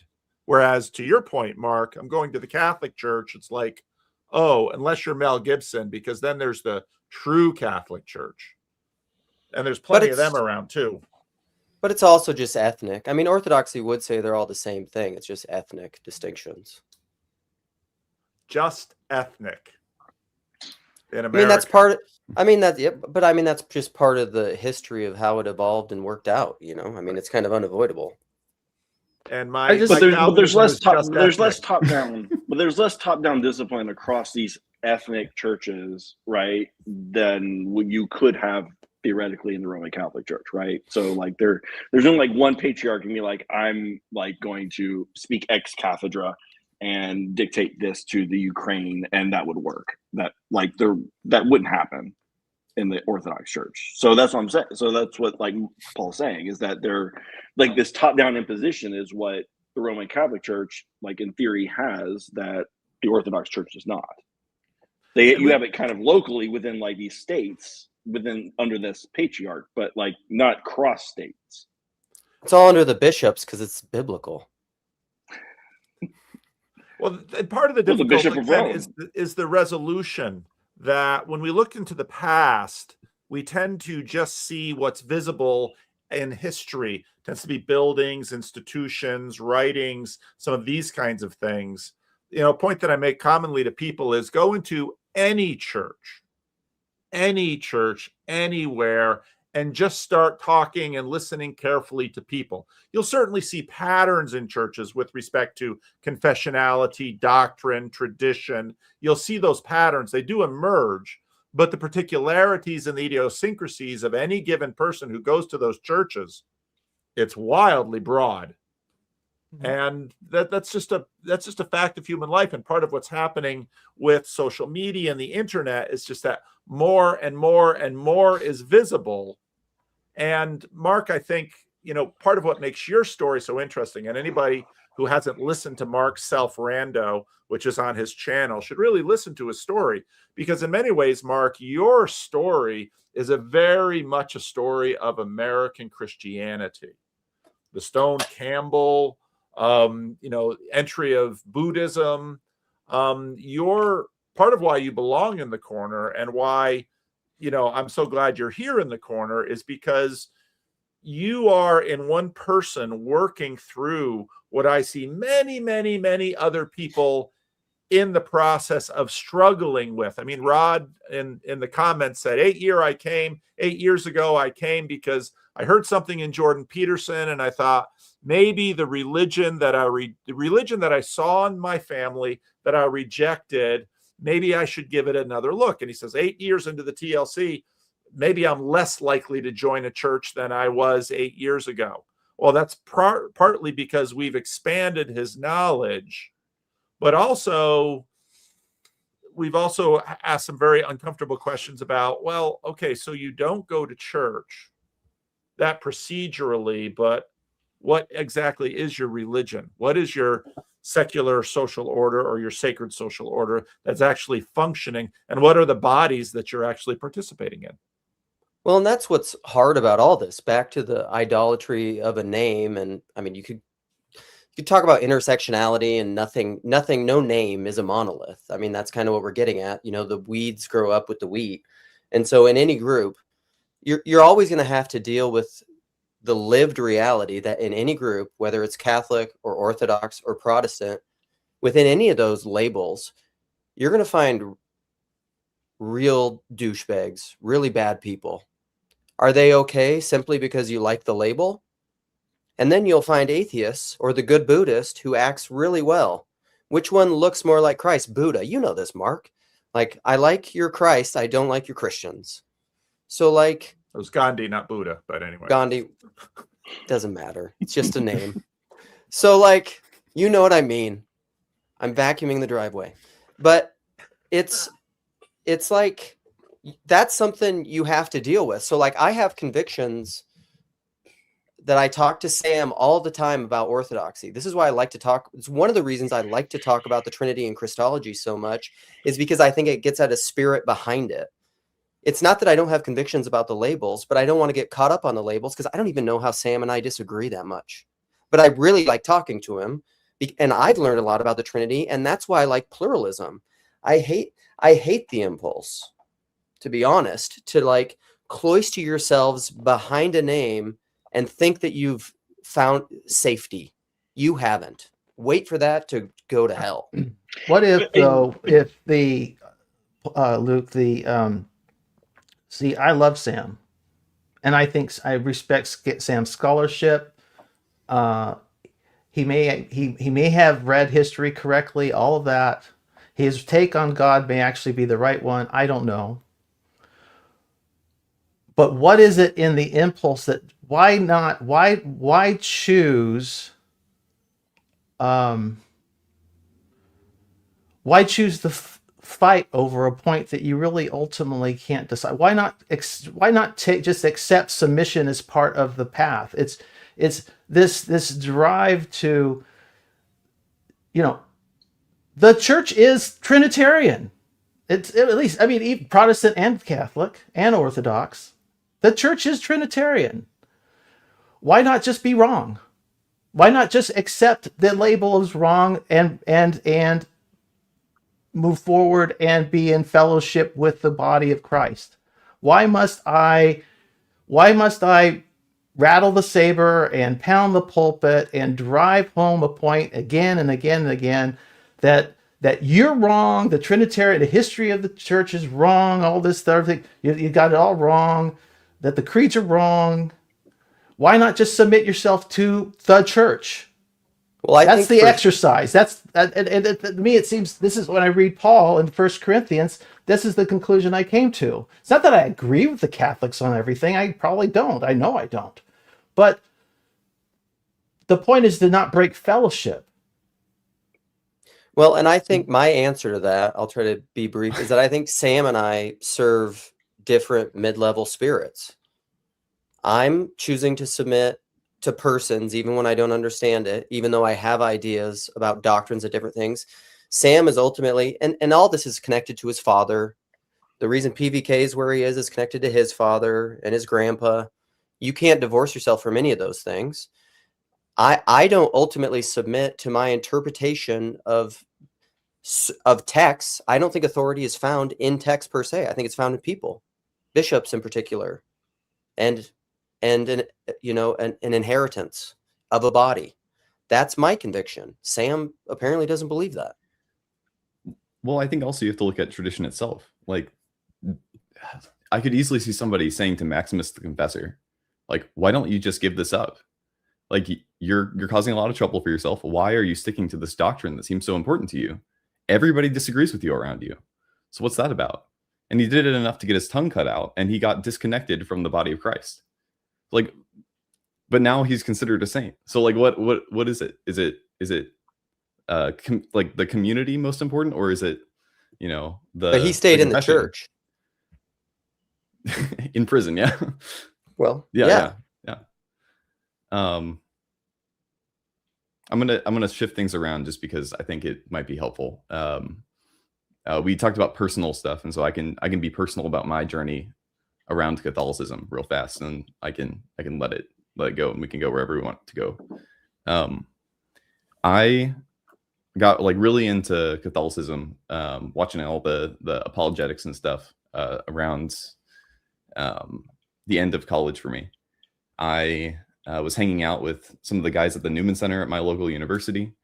We were having a good time.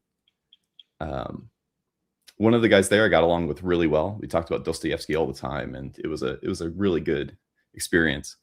One of those like really close friendships that like it just comes out of nowhere. Like it's just really good. Pretty soon after that, he became like a student minister, or like I think he was actually just a minister. Like he was being paid. So we were having more conversations, and then I got kind of invited to have regular conversations with him at his office. And then it started to the frame started to shift. And it was like, oh, this is conversion talk. Like this is him trying to get me into a box. And there were a few things where he would say really nasty stuff about my tradition, about Pentecostalism, about how like all these things that like your family, like I don't know if he meant this exactly, but how it read to me was your family like is going down a path where they're being possessed by demons and stuff. And like I can't handle that. So I was like, I'm pushing back, but I'm like, I'm not pushing back hard. I'm like, yeah, no, I don't know if I completely agree with that. And it was really troubling for me. Immediately after that conversation, he stopped talking to me. Like we would still hang out maybe once in a while in group functions, but he never reached out to me ever again. And I don't talk to him anymore. Like I tried a couple times, and he just, is not interested. Like that was a conversion relationship, I realized in retrospect. Like his goal was to get somebody else in the church. And so that was really difficult for me. And then I also see my friends who I've connected with still in Catholicism, and they feel like they are being betrayed by their own church. Like they are people who love the Latin liturgy, and it's something they like have a deep heart for. And they see like the amounts of young people who are being pulled into this and being able to have this experience with the Eucharist. And it feels like it's being cracked down on. And so they feel like they are being attacked by their own church, and it's actually causing a crisis of faith to them too, like on the individual level, like behind the scenes and talking to people. And so I see all this, and it's just heartbreaking. And I don't know, this is just my personal experience. It's interesting the way individuals in our relationships epitomize traditions and institutions. I've been making shorts out of my initial conversation with Richard Rowland, and part of what's fun about making the shorts is it forces me to revisit those videos and revisit those conversations and remember. And for him, a big piece of his journey from sort of homeschooled, deeply Baptist, evangelical fundamentalism into orthodoxy was a relationship with an individual, a couple in particular. And Noah, yours is sort of the opposite. And this is so key. And part of what institutions, I think, especially in an era of an industrial mentality, we are trying to, church programming tends to want to produce widgets. And part of what's so interesting to me about Christianity is that the saints are so strange and diverse. And so, intuitively, in reading a number of the people in the comments, Rod, Sunrise, strangely spelled, people, I loved where Ezra's voice at the end of our rando when we talked, where, love, this agapic love is what we as human beings, we can be fooled and betrayed by it, but there's something deeply within us that says human beings are the priority, and love your enemy all the way up to and including your enemy. And so it's amazing when Bart Ehrman comes on, and for all of Bart's, the things that make Bart Ehrman, he focuses on this and says, this is the thing that Jesus brings. And churches betray Jesus often.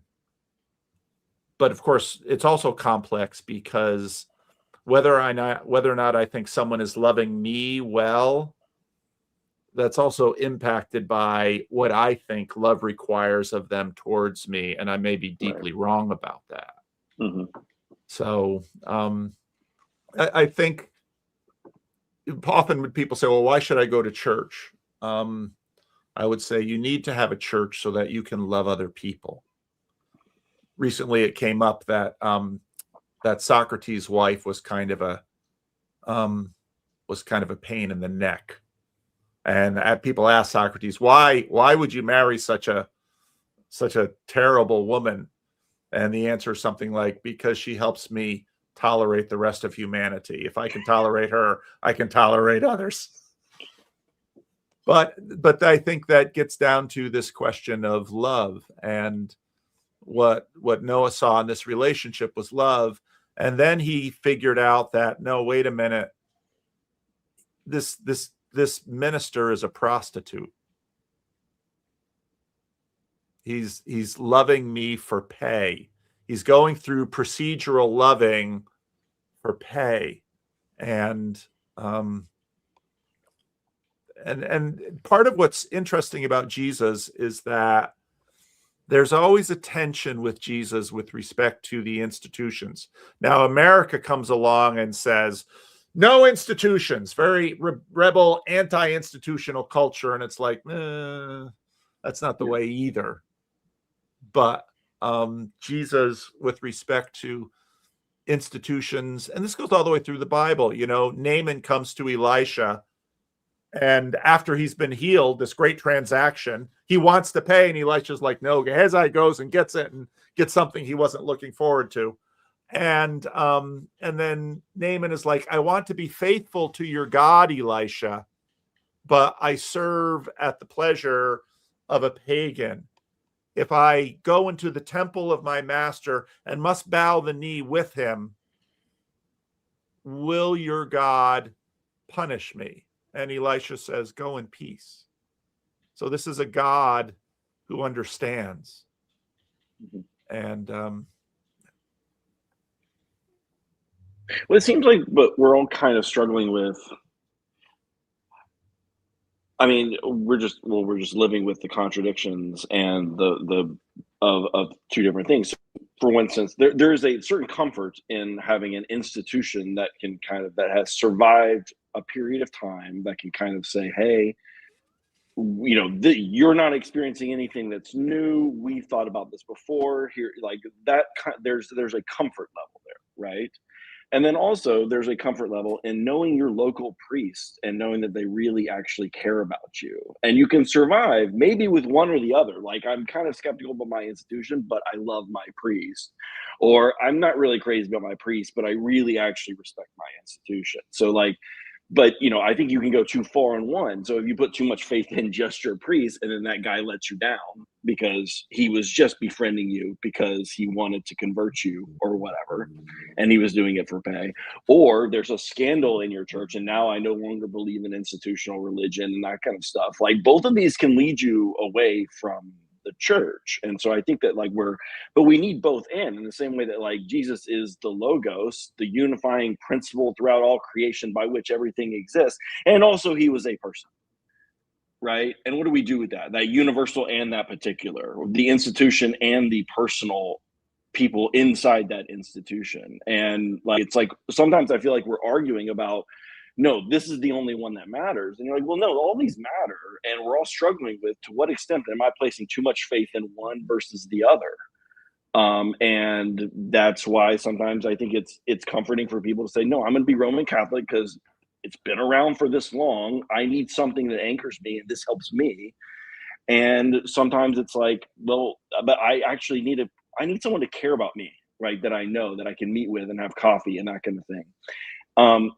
And then also like, then there's the submission. I think there's a certain amount of submission that is, yes, it's good for you to submit despite your disagreements with, you know, the church should submit to the church. Okay, great. There has to be a limit to that too, right? Submit to everything that your institution or your priest or something might say. No, not even the saints would say that. And we have many, you know, examples of them not saying it. And so I think like in some sense, like I think like some of the problem is we have a hard time affirming both of those things, all those sort of things at the same time. Institutions matter, so do people. Traditions matter, you know, so do, you know, all these things matter. And we're all just trying to find a balancing act. And we're all constantly frustrated that, we know we don't have it right, but also we look at someone else and you're like, well, you don't have it right either. And then we get on YouTube and argue about it. But you might have it a little better than I do, so I'm going to at least listen to you for this. Right. Yeah, right. Was Maximus, and I don't know the history of this. I mean, I know the vague details, but I don't know the deep story. Was Maximus the Confessor made a saint because he was right, or because he did endure until they cut off his hands and his tongue? Yes.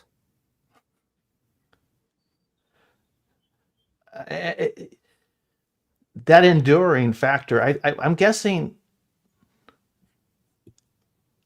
he needed to lose his hands and his tongue to reach that sainthood level.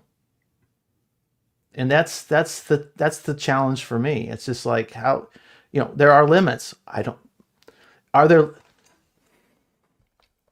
There are limits, but does that mean, at some point, do I say, I'm done with the church? This is, you know, I've reached my limit. I'm done. I mean, I've had those moments where I want to just say, I'm done. It's back to the wrestling and waiting for the wound. I'm done. There's parts where I just want to, I'm done with you people. But then it's like, if I separate myself from you, I separate myself from Christ. And that's the thing. So I keep enduring. You know, I had this thought a few times as you've been talking, Mark.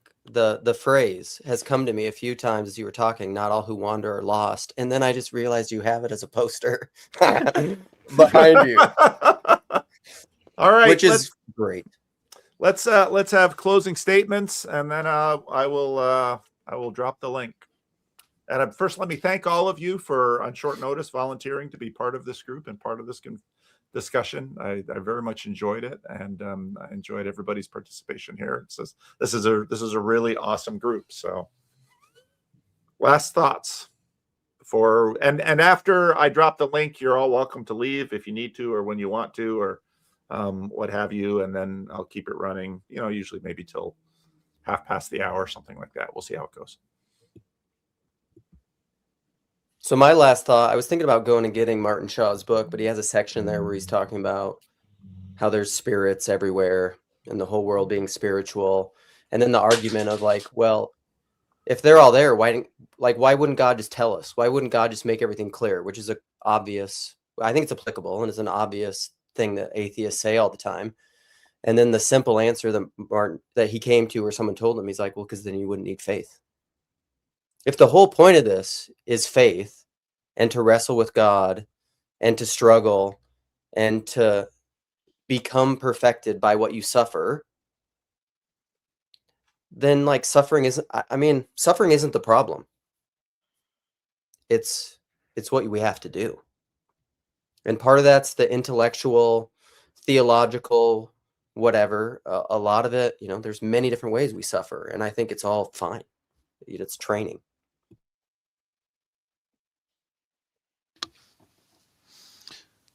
I really think when we get to the level of discussion of like a tradition battling another tradition, that's really the sort of discussion that is frankly kind of above the pay grade of us as individuals. And so I try to tread in those, I try not to take those too seriously, because like I'm not qualified enough to really, like be a participant on the level of institution or tradition be tradition. And so I try and be very gentle and humble in these sorts of things. And I mean, like when I got into grad school, like one of my main approaches that I've really tried to embody is just started to play around with the question, like, what does it mean to responsibly change your mind? How do you appropriately admit that you're wrong and then find your way towards a truer, better path? Because it's really, really easy to do that in a reactive way as soon as you come up against something that you find intolerable on the path that you're on. But how do you, how do you go about that process in a way that's actually seeking truth rather than just trying to appease the passions that are raging, and at times like justifiably so? Like I've been given plenty of reasons to abandon the tradition I currently live in, and haven't found that to be necessary yet. But it's like jumping traditions is just a really, really big thing. And I try and both analyze that very, very carefully while also recognizing that I don't know, like I was placed here for, like I was born where I was given the tradition, the heritage I have for a reason. And I feel like that's a path I need to play out before jumping to another ship. That's my personal approach to this whole intra-traditional discussions. Just real quick, my parting thought would be, I had lunch recently with a friend from Estuary who was curious about the Buddhism background and pivoting to Catholicism. He's puzzled, and then he told me a story about his experience with church, and he had a horrific experience at a church where he was really getting into it, and then had just a horrible experience there that drove him away from the church. And I realized in retrospect with that conversation that, what I need is a place to point him to, because it's like, I don't, like with other than say, well, just try a different church. I don't have that confidence. I would like to just say, you know what, that's, some of these places are like that. They're unpredictable. They're very individualized. You may find beautiful people. You may find horrible people. You never know what you're going to find at some of these places. But here's the church. If you want to be a Christian, that's where you go be a Christian. And that's very appealing to me. And on the put a pin on that, I don't know if I proved the point that I can't bring up how I really feel about the Catholic Church or not. I said it without blowing up a group. Did I win the argument, Paul? Yeah, I don't think you blew us up. I think we enjoyed it. Again, early on when I started the channel, I had this dilemma that, Rod basically said, Rod will be coming up in a minute. People are like, well, I want to go to church. Gosh, I just thought about what they were faced with. And so what I finally came down to was, pick a friend who goes to church, but pick a friend who you admire, who you respect, who you want to be around more, and start with them. Now, it might be that you go with them for a little while and, you have to go somewhere else, but that's a good way to begin, because it's a personal way to begin. And I think in America, the divisions between the churches are not exactly like we think they are. So start someplace where, again, if your friend likes it there and you respect your friend, that's a good place to begin. And because you'll probably, odds are, you might get a good match. And it's interesting to me that we're having in the corner, we've long had the church conversation about matchmaking and the personal conversation about romantic matchmaking, both at the same time. Both of these are in crises, which, especially because in the past, you tended to find your spouse through your religious church. community. So, any other closing thoughts before I let in the others? I guess my only closing thought is actually and maybe this is just very Protestant of me, I actually like the fact that we have so many different traditions that are suitably different, because I don't think that you're going to find one that's going to actually work. I think some people will find one tradition comforting and another one not comforting. And I think that it's actually very good that we have that ability to do it. And so, far from like me wanting to push back on Catholics or Orthodox, I'm not from those traditions. I'm not Pentecostal or charismatic. I think it's very good that we have those churches. I think it's very, very good. And to whatever extent those people are being led to Christ, that is a very good thing. And so I actually find it very comforting. I would find it less comforting if I had to rely on an institution. If I thought that like the entirety of the church relied on an institution, that would actually worry me quite a bit. But that's not my belief, that there's an institution the same way that Microsoft is an institution that we have to rely on. I'm very, very grateful that I don't believe that to be the case. Yeah, to me, the job of the church is to point us and connect us to Christ by faith. That's John Calvin's answer. So I'll just put the footnote in there. But that's the role of the church, to connect me to Christ. And Christ, to point to Luke, Christ is a person who is alive and with whom I can have a living relationship. And the church is part of that connection. And that doesn't mean that Christ is limited by the church. You know, Christ sits. But can a house divided against itself stand? No, and none of all of our human houses fall. But that's why I need to be connected to Christ. And so I tell people, look for a church that connects you to Christ, because that's what this is about. That's, all right. Anything? Oh, go Noah, go ahead. Yep. As one of the few Gen Z people here, thank you for letting me have a voice. I don't know. I think about, like, I feel like there's two messages always being told to me as a young person. It's simultaneously distrust institutions, and at the same time trust the institutions that we developed, because we distrusted the institutions. And so it's simultaneously those two messages that are going back and forth over and over again. But I was struck by what Mark was saying at the end of his closing words of this idea of, like, how do you trust the church when everything is kind of falling apart? Like, do you just leave? And I think about the end of Judges and this time when, like, everything is like the worst you can think of. It's a reenactment of Sodom and Gomorrah all over again. And it's like super obvious too. It's not even like there's nothing. The end of the book of Judges, for those who don't know their Bible, that's what he's talking about. Go on. And so you reach the end of it, and then the next piece is Ruth. And so you have this kind of large conflict that's like it shows the corruption on mass, and then you see this little moment of the faithfulness of two women and a man who is willing to be responsible and to love these women. And that's what brings the salvation of this people. And it's not anything to be done on the mass wars and the killing of these conquerors. It's the faithfulness of a few people that bring about children that lead to the line of Christ. So those are my thoughts. All right, wonderful. Okay, thank you all. We have 2 have joined us. So this is just old home day here in the TLC. So Rod, you were first. How about that? Can you hear me all right? Yep. Every time I do this, I think this is probably the last time.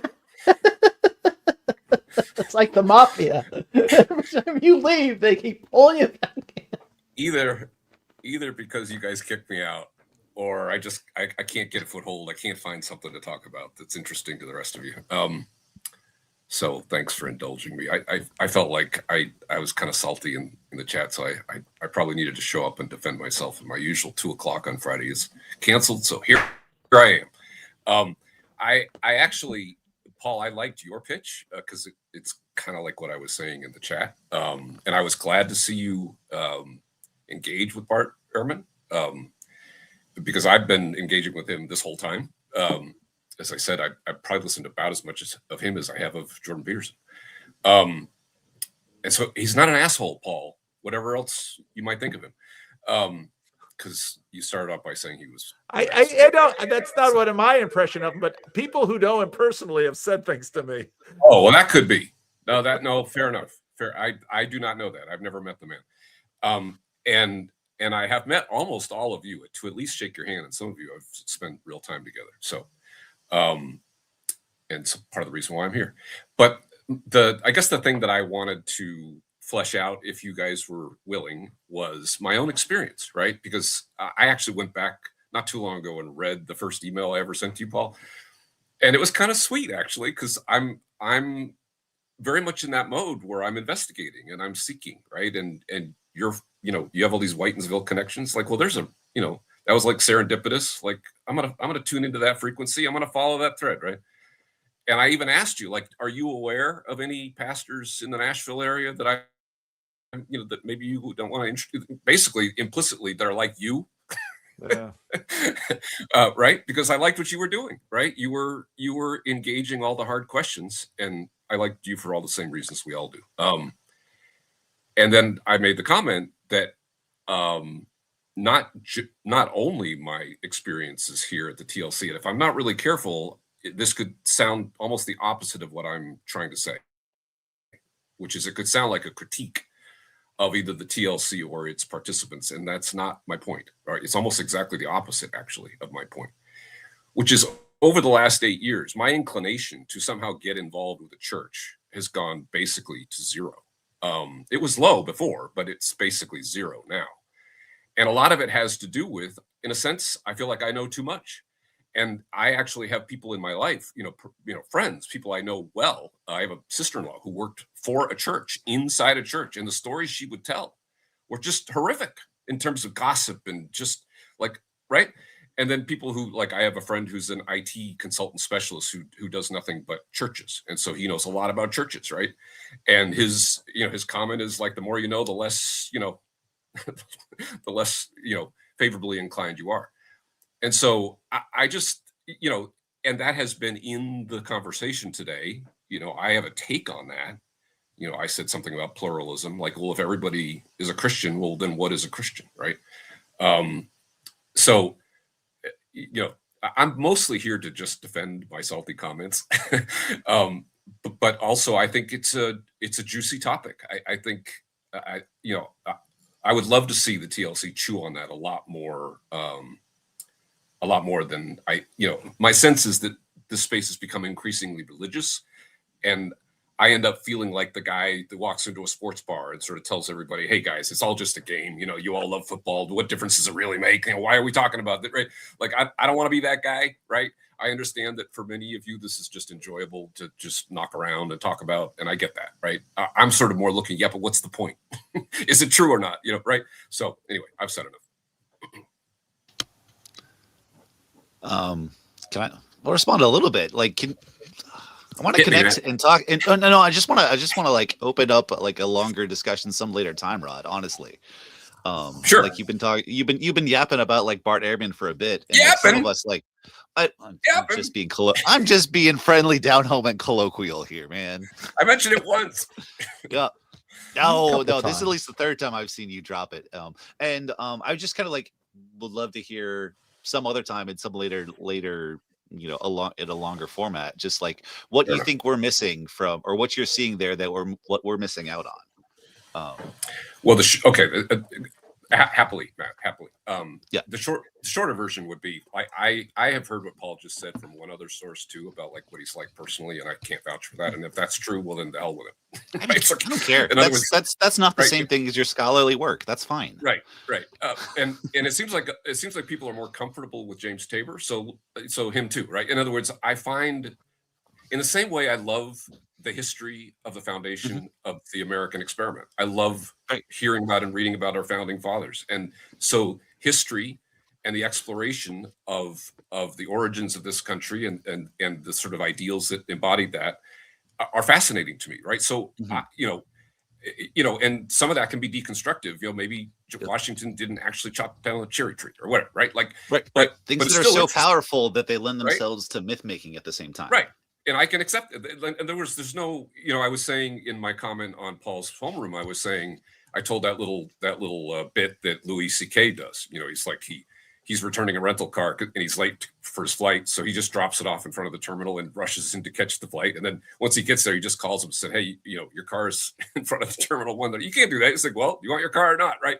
And then he's kind of doing this whole bit on like, do you want to live in the world where everybody just drops their car off wherever they feel like it?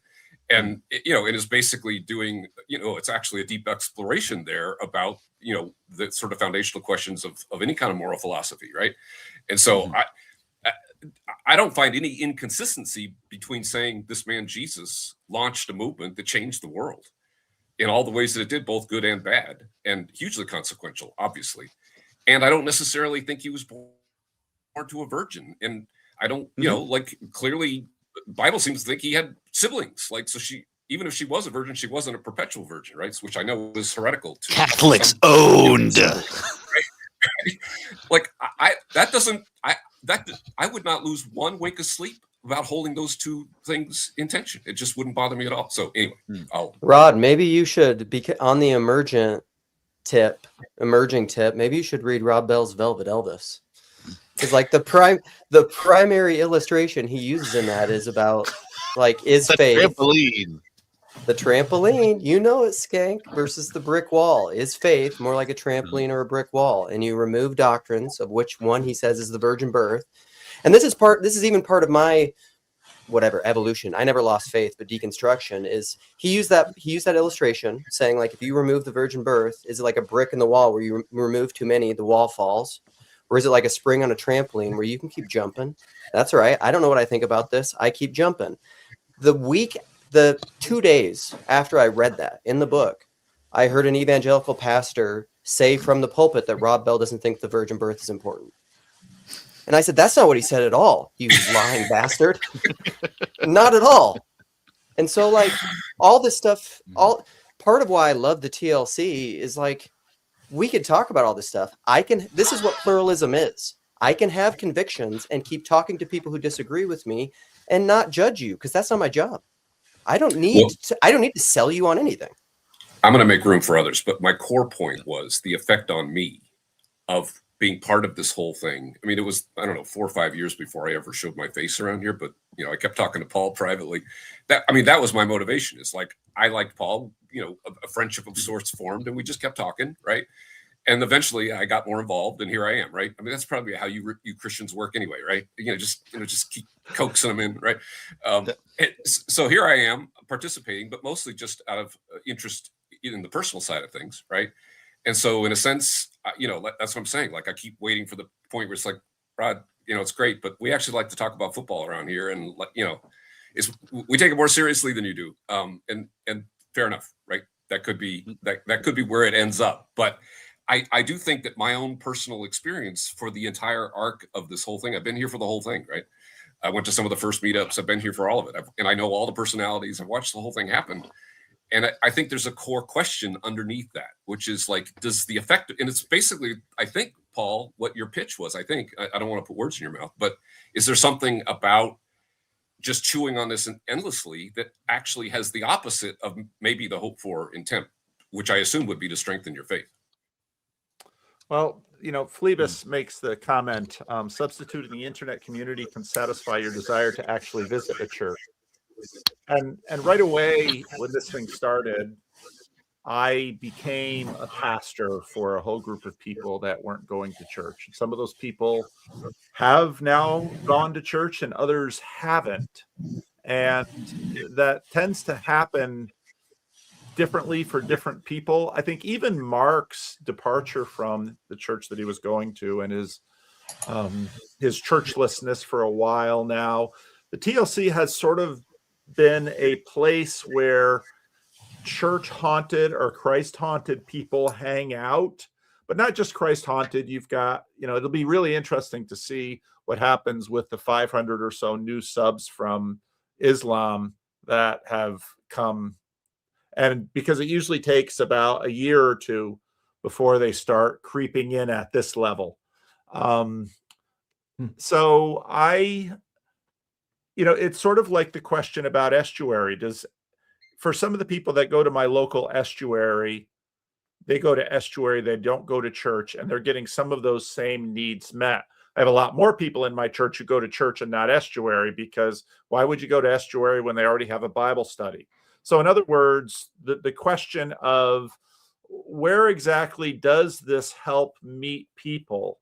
And then, of course, the guy who's going to talk after you has a very different answer, which is that the TLC was very instrumental in bringing him to a church, and a Catholic church, and embracing that tradition, very intentionally and openly. And, what's so cool about this is Neil and you and Mark, we all shared a weekend in Connecticut at my sister's house, which just deepens it all even more. And, oh yeah, another guy from our Connecticut group who came in. So the TLC is sort of a weird institutionless thing that is processing things in that bandwidth. And as a pastor, I am very comfortable especially because, the stuff that Noah points out in his story with this Catholic guy, I am very comfortable with long relationships and long conversations, because I saw in the work of my father, he had relationships going over decades with people that went somewhere important. And I'm also part of a tradition that says, Rod, Christ is your judge, not me. Because you've mentioned your father, most of you maybe even know this already, but a beautiful part of the story is we discovered many years after meeting that my uncle and your father, after he retired, were in a Bible study together, because they were both two guys that would read the Bible with anybody who would read it with them, right? So, yeah. and my uncle was at your father's funeral that you eulogized your father at. So, yeah. We learned that many years later. So it's just a beautiful little connection, personal connection. Yeah. One thing that I wanted to, because I've had a similar question, like, what is this for? Like the whole TLC Estuary. It was Trump that said, "Oh, Paul and his heretics." That was from Paul, Trump. Yeah, or that's from Tripp. Sorry, yeah. Tripp, Trump. They get confused in my mind. Yes, Trump and I are very similar people. But one thing that I started thinking about it, and there might be a little bit of survivor bias here also, whenever we're seeing what's going on within the TLC and Estuary groups and that kind of thing. And so for people who don't know what survivor bias is you would, it came from you look at planes when they landed in World War II, World War I, and see where were their bullet holes, right? And they think, okay, we'll see where the bullet holes are and we'll reinforce that part of the plane because that's where they're getting shot, right? And so, but it was the completely incorrect conclusion, because those were the only planes that survived that got shot there. They got shot anywhere else, they never made it, right? And so you should have been reinforcing everywhere but where the bullet holes were. So there's a lot of people that are going to come into somewhere like TLC or the Estuary group for a time, and they're going to be here briefly. They're going to pop in and out, and then they're going to go back to their churches and be deeper in that community. And they will not be on a lot of these live streams and everything else like that. You might get the impression, well, TLC is leading people away from church and only onto online, but that's because you're not seeing those people, right? Like, so there's another girl that, you know, Luke and Sam and I are really good friends with, Sarah. You know, she was very active early on with like Pajot and Peterson, that kind of stuff. And now she's not nearly as active within this group as she used to be. And she's much more active in her church. So, but you would never know that because she was here briefly and then she's out. And so there's a certain kind of survivorship bias where you might see a lot of people lingering around TLC and you were just not aware of all the people that popped in, got what they needed and helped them, and then now they're really deeply into their community. So I think that like sometimes you can get a very skewed view if you just watch these all the time. That's just my 2 cents. All right, Neil Daedalus. Hey, can you hear me okay? We hear you great. Okay. I'm going to start with Rod's question underneath all of this. And I think the question is actually, what is life all about? Like, what's the point? I mean, that's what Rod keeps pointing to. And really the point of points is like, why are we here? Like, what are we doing? What's the point? The journey, and I'm going to come at this from 2 angles. The journey for many of us that deconstructed or partially deconstructed and then came back to the faith was a vertical journey, meaning we were being drawn up into God, and we're rediscovering what it means to worship, what it means to think upwards, you could say, rather than the things that were presented in the here and now, and instead thinking beyond the here and now. But that vertical journey inevitably has to change and transform. There's a period, so Carl Jung would call it the ego inflation, but there's a period of time where you have a transformative experience, and then sometimes people get stuck in that period of time where they keep expecting the God hits to just keep hitting. You know, the God heroin isn't hitting quite as well as it did in the beginning, and I think that's where the pivot to the horizontal happens. You know, for me, it was a sense that I was still missing something. I didn't have friendship in my local church community, even though my faith was growing every day in my local church community. And I really liked your definition, Paul, PVK, about church is a place where you can love and serve. And that's been key for me. Like I need to be able to do things that I feel are both edifying to other people, loving other people, but also loving God. And if I'm able to do that, whether it's singing, music, Bible study, whatever it is, then I'm golden. Yeah, so first vertical, then horizontal. And I think that's what TLC has been for me, is connecting to horizontal. I have so many friends that I think of as some of my best friends now because of this space. And I have no intention of casting those friendships aside. I want to quickly outline 2 different ways I've thought about this whole journey. One is the idea of a mountain. And I think as times are good, we're each climbing up a mountain. Even Rod is pursuing the good, you know, even as a non-practicing, like he's pursuing something that is good. And most everyone except, you know, a small subset of people are pursuing the good of their own understanding, you could say. So they're climbing a mountain. Some paths up the mountain are a lot rockier and more difficult than others. Some paths have really good, you know, they have terrain that has been worn down by years by other people traveling first. Those people know the way, they can point you in the right direction. There are good rest stops. There's plenty of things that can help you up the mountain. And then, so that's one analogy, up the mountain. But there's another analogy, which we've talked about, which is on the ocean. And so let's say we're all sailing in a giant ship, and the giant ship has been really good at taking care of us, but there's lots of fighting. There's lots of fighting amidst the giant ship. And then what happens is people say, well, we can, there's an island over there. Let's build our own ship. So they build their own ship, and they build their own ship. And they're sailing relatively close together in a flotilla over many, many years, over a century or 2. You know, so you get more and more of these smaller and smaller ships. And when times are good and the ocean is flat, you can have small ships and move very quickly and things are good. But then imagine that, you know, the storm's approaching, and imagine the waves are getting rougher, waves are getting tossing, and those small ships that did so well in the beginning, they're now having a harder time, you know, amidst the choppy waves. And then the storm hits and some of the ships get capsized and others are like falling apart. And so like I think of my church and I mean this both in my local community, but the tradition that I'm in, I think of that as in the AA model of church, which is like when people reach out for help, we need to be as receptive.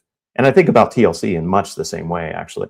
When people reach out for help, we need to be receptive and ready to receive them in meekness and in help. And if as churches and as individuals and as bodies, if we are not ready to serve and help, then we're in the wrong mindset. If it's like you have to get into our boat because our boat is the only perfect righteous boat, versus like, no, our boat is here to help. Like we're the real FEMA. We're here to help during the ship. So that's all I wanted to say. It's how I think of both individual church, a tradition, and this space that we call TLC.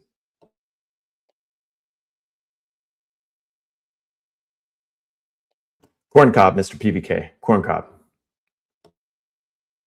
Christopher, everybody's loving seeing your face. Regular Well, commenter, welcome. Thanks for your patience. What do you have on your mind? I just wanted to say that my insight I had while listening to you all was that tradition is the technology that allows people to connect and relate, and institutions are an incidental byproduct of that.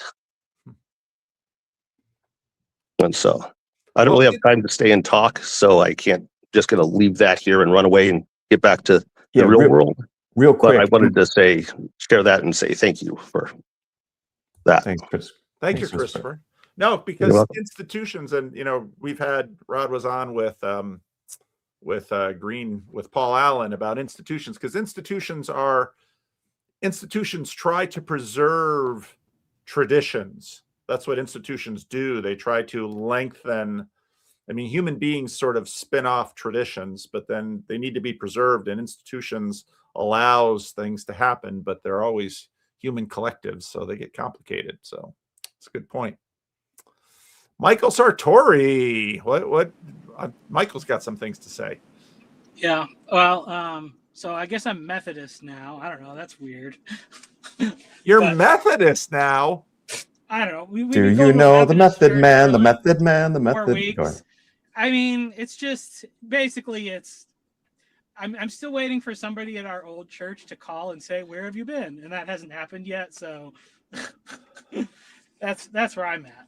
But it's just funny because I understand kind of the things that Mark is bringing up and wanting to even with the Christian, the atheist thing, or and it's always I don't know, when you get the group think, the consensus, it just starts to break down, or it's just, it demands such a level of people to hold on to a cognitive dissonance just to make sense of regular life. It just stops working. And so you might have people go along with it outwardly, but it doesn't mean anything. Or you get visible, shakeups. So I started reading this book a little bit about Dante and his comedy, and the author is very, very clear to say we shouldn't call it the Divine Comedy, because that was a later publishing edition that cast the whole thing in the wrong light, because he's just roasting the church all through it. And essentially what this guy's saying is Dante and his other poet friends had adopted a lot of this Islamic philosophy, and it's basically a pitch for Islamic universalism. That's what Dante was aiming for. But essentially, he was saying the church got so high on its own supply by with the authority, and just saying this is who's in and that's who's out, that it just is and there was simony and all this stuff, and it's just it's lost all its credibility. But then it's that just happens over and over again. That's why we have Mormons, that's why we have everybody. And it's there's a short shelf life of these things. So I mean, and then at the end of the day, now when you just have all these traditions, I mean, the thing is that you can go to any of these churches and you'll find some of the people where it's it makes sense, and you can tell these are godly people, and they're being godly people within whatever weird, Mormon language, Catholic language, Presbyterian language. And then you'll have the same people, they'll have other people that are using all the same language, and they're closed-minded, and they don't love people, and whatever. So, I mean, yeah. So you just, we can't, it's a problem that we can't address with words. And that's why I think that's why, we need the creative churn, and when it's done in a healthy way, it's when splitting doesn't mean that both parties are anathematizing each other, and then things actually go a lot better. You may actually have growth and things more quickly, but it's tough. I mean, and that's the thing where we're at, because I think in some ways Jesus is a heretic, according to the at least according to the Romans, probably according to the Jews, and he got killed for it. And that's the thing, is that every time a heretic gets killed, they're always right. It doesn't matter if they're a heretic, you're right when you get killed for it. But now we don't get killed for it. So that's the thing we have to figure out. You just get shadow banned or something. So all right. Mike Baumeister, I hope he comes back, because you sent me your book and I started reading it and I was enjoying it, but I'm ADHD and it turned away. But this is a book I still want to read. So Mike, thanks. You have to unmute. There should be a button there to unmute. I can't unmute you. I can do a lot of things on this end, but unmute is something I cannot do. Oh, I can unmute. Okay, I tried that. No, let's see if that works. He just froze. He's struggling. You cannot unmute your guest because they chose. Oh, there we go. We hear you.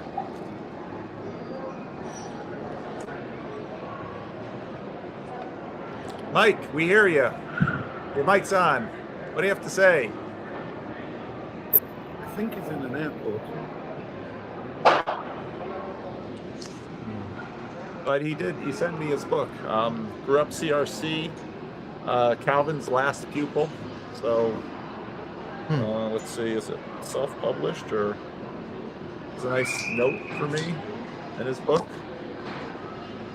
I hope we can see. We'll have to get you on for a rando, Mike. I mean, anybody who writes a book and sends it to me, well, I have gotten some other books before too.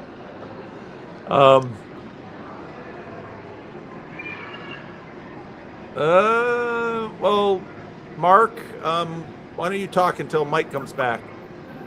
Okay. I want to talk about what Neil and Mark said, but a quick message to Skankenstein, if he's listening.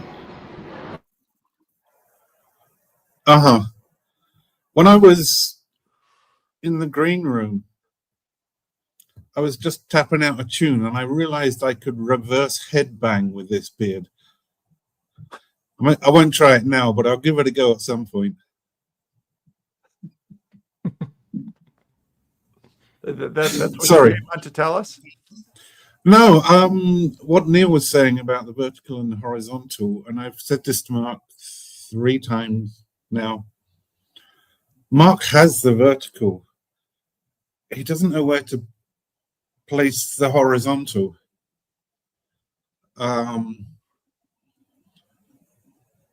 Which Neil kind of hinted at. But there's a place we can get to where the horizontal and the vertical kind of merge into one. I don't know how to phrase it better than that. I think it's called the cross, brother. I'll go with that. Okay, you guys discuss. That's my thought, and I think Jordan Hall is rapidly reaching this conclusion as well. So give it a not very long, because he's dead smart, and he'll probably be saying the same thing, maybe in another language. I've talked enough, but I would love to hear Mark D to Parker talk about you treated it as if it was a logical conclusion that if this Catholic thing doesn't stick, then that's the end of the road for you. And I mean, I thought that was interesting. There's probably not enough space now to talk about it, but I could, if we should come on and we could actually Perhaps, have another talk. Yeah, that because to do it right, and I don't want to consume all the oxygen. I would just say that when Michael talked about cognitive dissonance, you know, and how all these different groups process the meaning of life through these cognitively dissonant ideas. Well, I'm wondering, you know, again, I'm back to, well, how important is the Bible?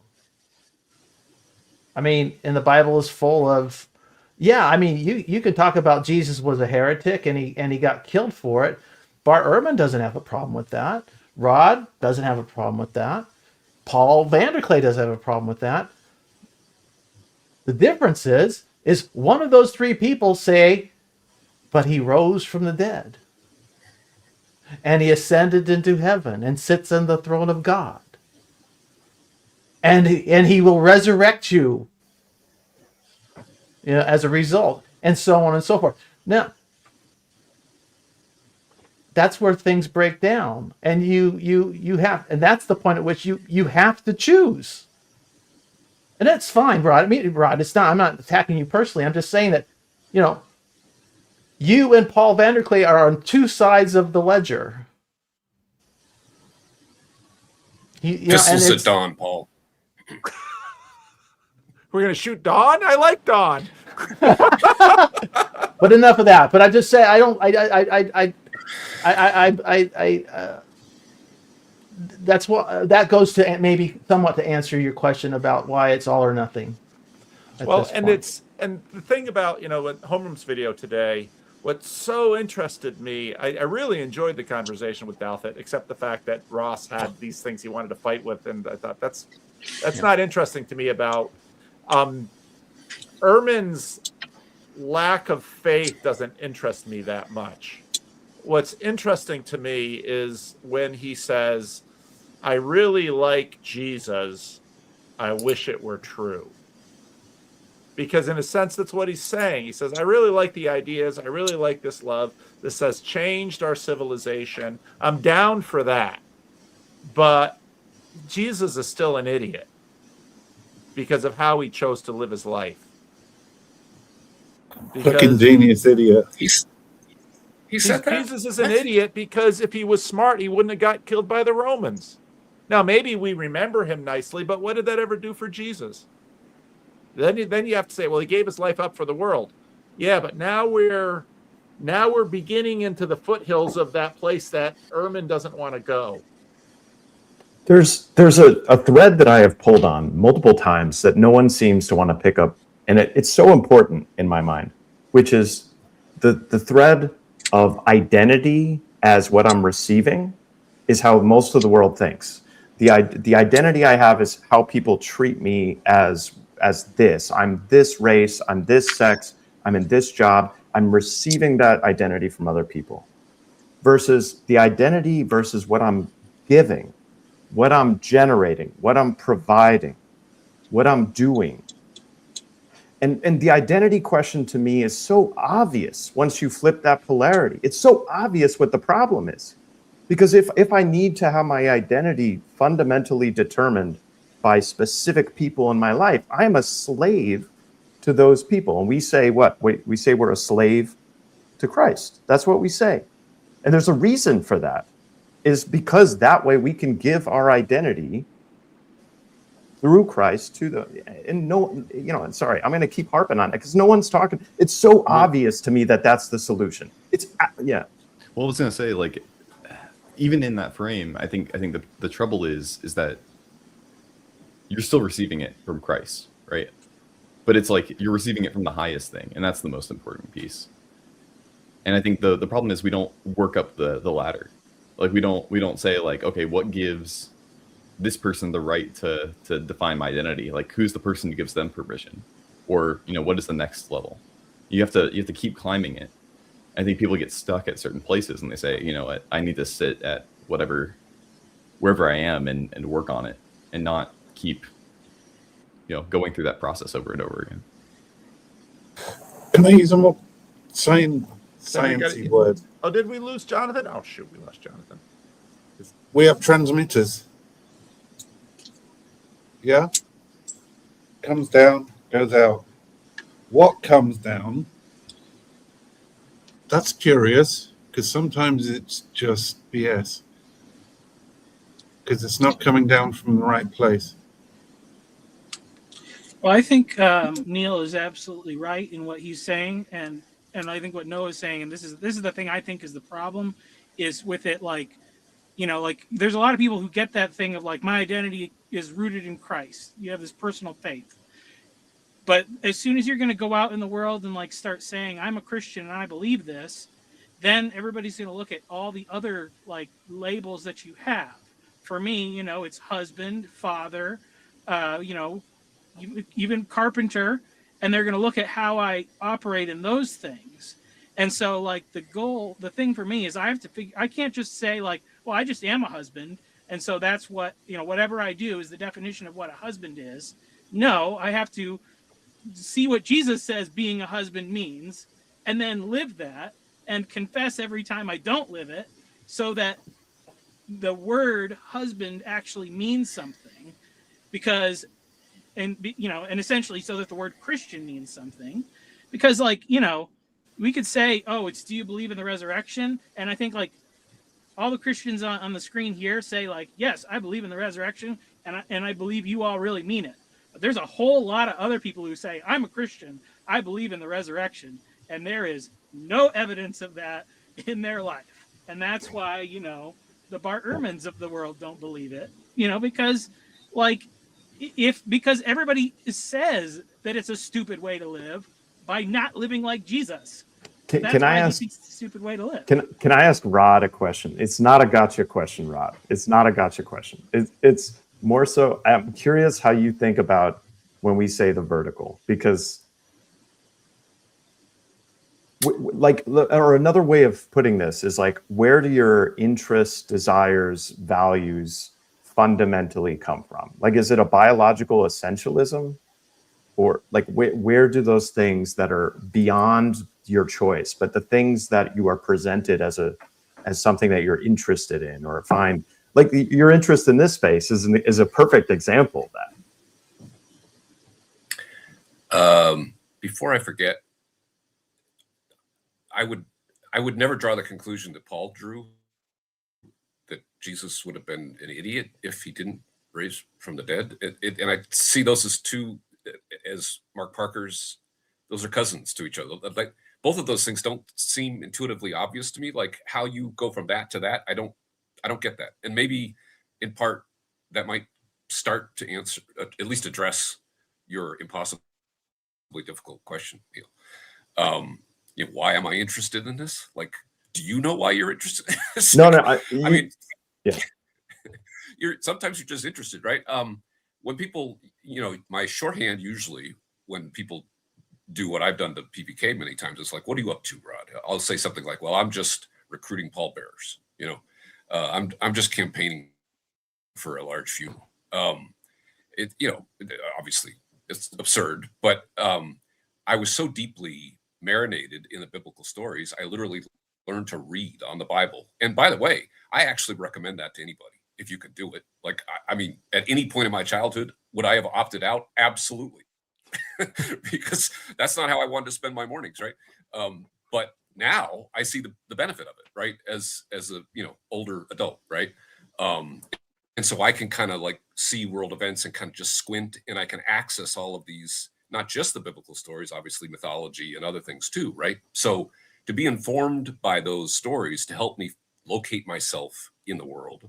Sometimes I'll say I'm just trying to have a healthy relationship with reality, right? I'm just trying to calibrate to the world as I encounter it, knowing full well there are so many things I'll never know. I can't possibly know. And I just have to try to, you know, reconcile myself to that. And so I have to show up in the world still. So I do try, informed by those values, right? But I don't claim to know what it all means or where it's all going or where I will end up. I don't. That's why I never label myself. I would, like, some people will try to do it to me, but I would never do it to myself, right? I would never say, well, I'm a this or I'm a that or I'm not a this. I'm not like, all I can say is I'm just showing up and trying to be meaningfully engaged with this miraculous thing that I find myself in, right? That's the best I can do. I think one piece of this this conversation with Ehrman came up. It keeps coming up is the role of hypocrisy, and how does this relate into all of this? And I wrote something a while back, a quick tweet. It was, hypocrisy is the logical result of an imperfect person pursuing a sufficiently high ideal. This idea that, like, the most authentic person you can think of is, a piece of crap who acts like a piece of crap, right? Like, if that's our standard, then, like, that's why. I mean, not to get political, but there's a reason why that there's plenty of those. Authenticity is a major component. So, like, these are the things that we're valuing. Is that, like, if the person presents as they really are, then, like, there's no barrier there. But, like, that's not the most important thing. The most important thing is, do you have a high ideal, and are you pursuing it? And that's going to require some levels of hypocrisy and falling short. I think what we're troubled by most of the time is that people aren't following through. Like, they're not reacting to the hypocrisy. They kind of just blow it off and say, it's not that important, right? But, like, no, actually it is. Like, there's a level of, like, you need to be conscious of how you are falling short of your ideals, and also saying, how am I going to continue on that journey, and what grace do I need to be able to continue just existing? That's the standard. The standard in Christianity is not to perfectly keep the law, because you can't. And it actually, like, so in 1 John it says, if you say you are without sin, you make him a liar. You're making God a liar if you say you don't sin. So it's actually, the thing is to always be confessing, so that you're like, that's the honesty is the more important thing. Like, you should reach for the standard, but you also have to be honest about your inability to do so, while still striving for it, so you don't, give up. One more piece on this before I stop. There's a clip of a Norm Macdonald joke, and he's in a car with Jerry Seinfeld, and they're sitting side by side. And Norm Macdonald's talking about the Bill Cosby situation. He said, a comedian friend of mine was talking about this, and he's like, this is so horrible. The hypocrisy that Bill Cosby showed in his actions. And Norm's like, well, I don't know if the hypocrisy was the worst part. At first it was, the sexual assault, the scheming, the dwelling on it. Then way down here, that's the hypocrisy. This might be the first time anyone has invoked Norm Macdonald. So, like, God bless you. I'm yeah, love it. That's why we have you use Gen Zs around here. That's great. Yeah. Okay, Alan, what say you? Is the hypocrisy the worst thing about you, or is there more? I just couldn't stand Rod's hypocrisy. How dare he be honest with us? No, that was the worst part. Alan came with the roofies. I with some of the naming stuff and what Michael brought up it just made me think of, I have a friend who's going through premarital counseling, getting ready to get married. And he wasn't born a Christian, but he's now a Christian and now going through Christian premarital counseling. And talking to him, it's just funny because it's like the stuff he's talking about is so Christian coded and so specific to his, like, domain, and what does it mean to, like, using terms like the head of the marriage and to lead and to be a good husband, blah, blah, blah. It's like, if I went to everyone I know who's married, who's not in my church, they'd be like, what are you talking about? What is it? None of this makes any sense at all. This is gobbledygook. But it's like, okay, are other people not husbands? Are they not married? Are people in the church not husbands? Are they not married? And it's like, well, the answer is yes, they're husbands, and yes, they're married. But what we mean by that word is completely different, and how to be a good one is measured completely differently. And I think that part of this space's value is, yeah, we don't have a communal language. I mean, we have a bigger pond we're swimming in. We have a global world where people in Yemen can tune into the stream, and also, we have, all sorts of things. So I think part of the value here, just to, cinch it up into one idea, is just, yeah, it's like you need to talk it through. Okay, what would Attila the Hun say makes a good husband? What would Jesus say makes a good husband? They might be different. I'm not certain, but I think they might be different. So you need to have some ability to, with people that you trust, have conversations around any. It doesn't have to be marriage. It doesn't have to be religion. It could be any topic. All right. Amen. Amen. Mark. So, can you hear me? Yes. So I want to ask Michael a question, but I'll share a story with my wife who's just about finished an Eckhart Tolle book. So she's my wife, she's a mother, she's a daughter, she's a cousin, she's a friend. She's all these labels. And then she asks me, but who am I? So I thought that kept in line with the conversation. But I wanted to ask Michael, how many times did Jesus say you should change your child's nappy? 7 times 7.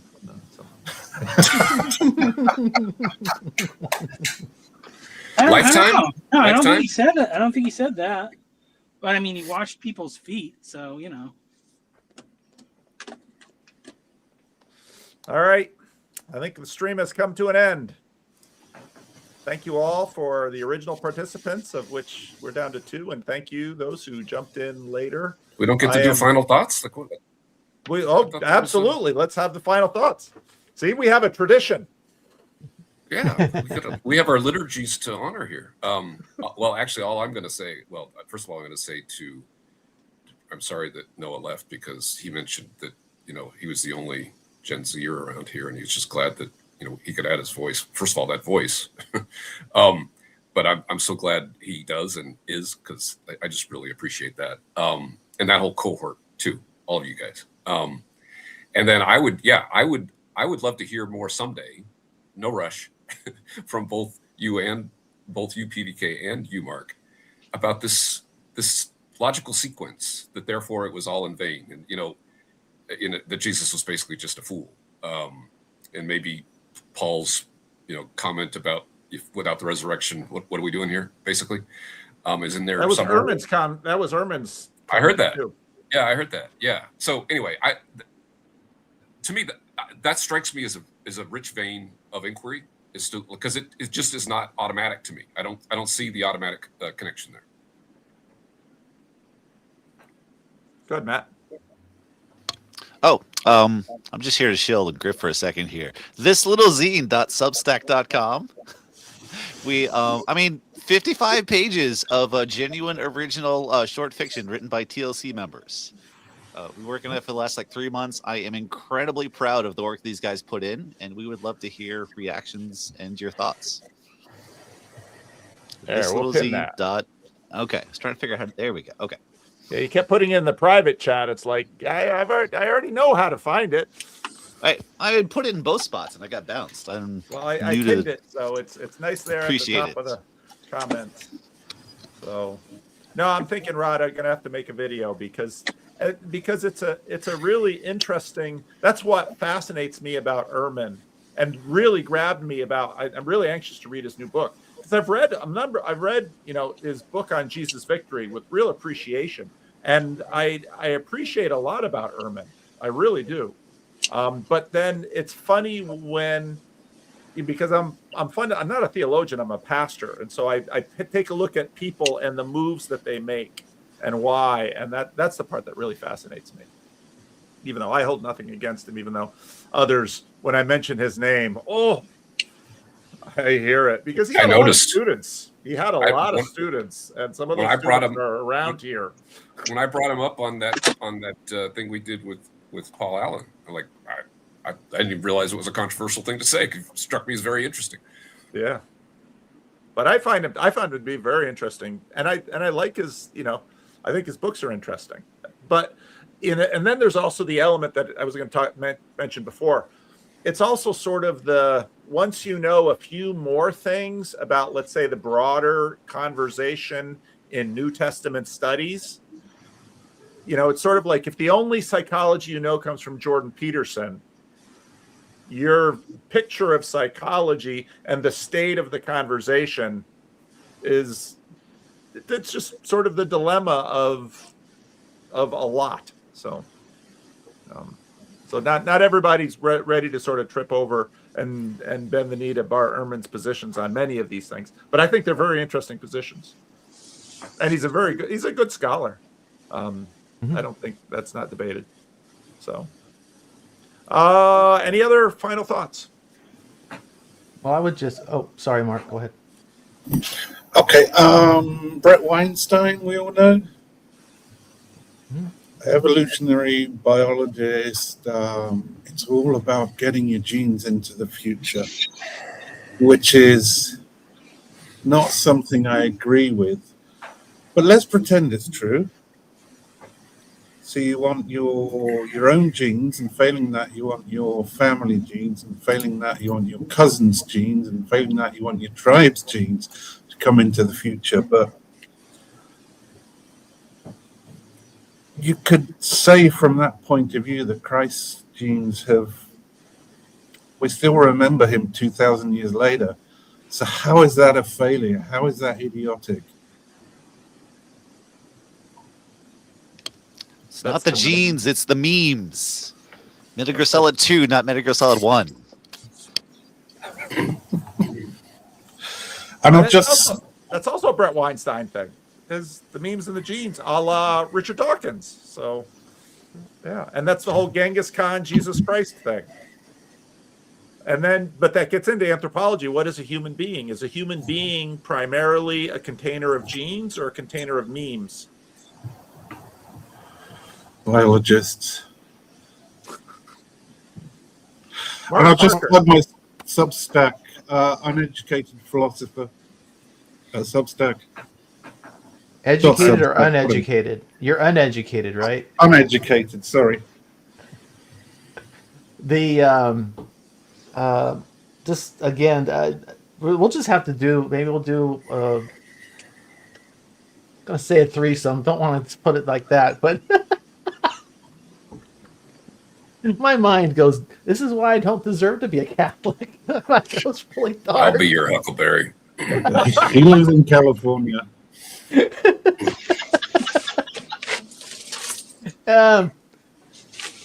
What? Just to again, well, I can't possibly tie up all the loose ends and persuade you, Rod. But it's in Buddhist language. It's all future life. But why this? Why ultimately I think Bart Ehrman's wrong. The significance of Christ is not found in his place in history. It's found in the resurrection, and it's found in that absurd. You can't possibly prove it. The real meaning is in our. We live for the future, in a sense. We live for the otherworldly. We give up the material here and now. We sacrifice, endure, suffer. At least this is what we're called to. Not all Christians do, aka Paula White or something. We surrender power on earth to have the power to live in eternity. That's the calling, the great leap of faith. So, but there's a lot of unpacking to do there, and how we this is part of our problem with our discussion today. It's how we parse this out between Christians is incredibly challenging. Che calls me out for diverting the discussion in the wrong direction, and Trip thinks I misunderstand history entirely or something. But this is Christians struggle with this. I mean, but I think ultimately it is about the resurrection. Paul, the Apostle Paul himself said, if the resurrection isn't real, we're to be pitied.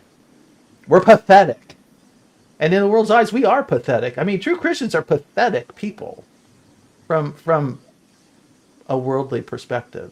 But I'd love to go around with you on this, but we won't do it here. We can't do it here, so we're going to have that threesome.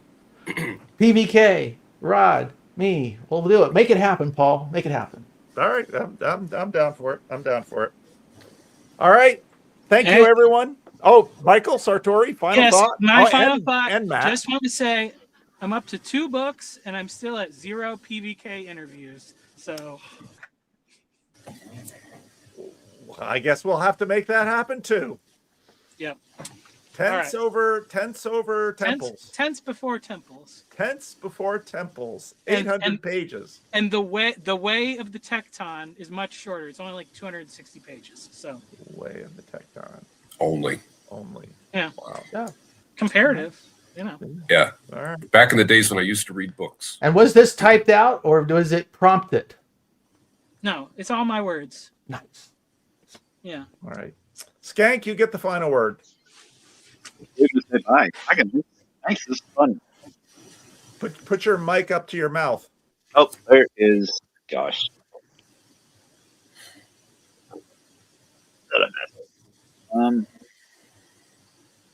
Is this any better? Yeah, that's better. Geez. Okay, there we go. Oh, I was just going to say bye. Thanks, guys. Thanks for letting me hang out. It's a good time. Yeah, thanks for tolerating me, folks. Good talking. Rod, you got to stop that language. It's not toleration. You think we don't want you here. I mean, there's so many other people. Actually, I always appreciate it because I know there are way, way, way more people with your perspective. It's just the religion makes people yap. Maybe that's something. Maybe it's a mind virus to make us yap. But I get plenty of emails from people that share your perspective. And so that's why I regularly want you coming out here and saying what you say. So you take it, you do it for them. So the Paul I'd definitely be tradition. interested in hearing you like have a serious conversation, but like how do we make more space for where folks like you feel more welcome? Like I'm trying to figure out that. Yeah, like, a short version of that, because that has come up many times privately. Yeah. And sometimes on here. I did a little project a while ago. We called it Nuance Forum. And basically the whole idea was if you have more questions than answers, that you're probably one of us, right? And that's back in 2018. You know, right. I think I've seen some of those. And we gathered a whole group of folks that just wanted to chew on stuff together, but with this ethos that like we don't really know, but it's interesting and it's great to learn. And you know, if we can inform ourselves even better, right? So I think a spirit of inquiry versus, so it's the difference between knowing and not knowing, really, at least as a posture, right? So if every question already has an answer and everyone knows what the answer is, it's like it just ends. A lot of conversations just kind of stop before they get started, I guess. That's my experience. It's a closed system. But the funny thing about religious people is they don't seem to, even though they're always trying to sell their answers. I know we're at the end of this thing, but I just saw something in the chat that can't be dismissed. Is clarifications Claire the sociologist? Yes. Yeah. Is Claire the sociologist have a baby? When did Claire? I know. I saw that too. I'm like, what the heck? I didn't see that. Why didn't nobody? I didn't get an invite to the shower. What is this? We need a TLC online shower for Claire. Congratulations, Claire. Good for you. Yay. My baby just took a convenient nap. Well, she has a good excuse for not finishing that dissertation too. One heck of a dodge.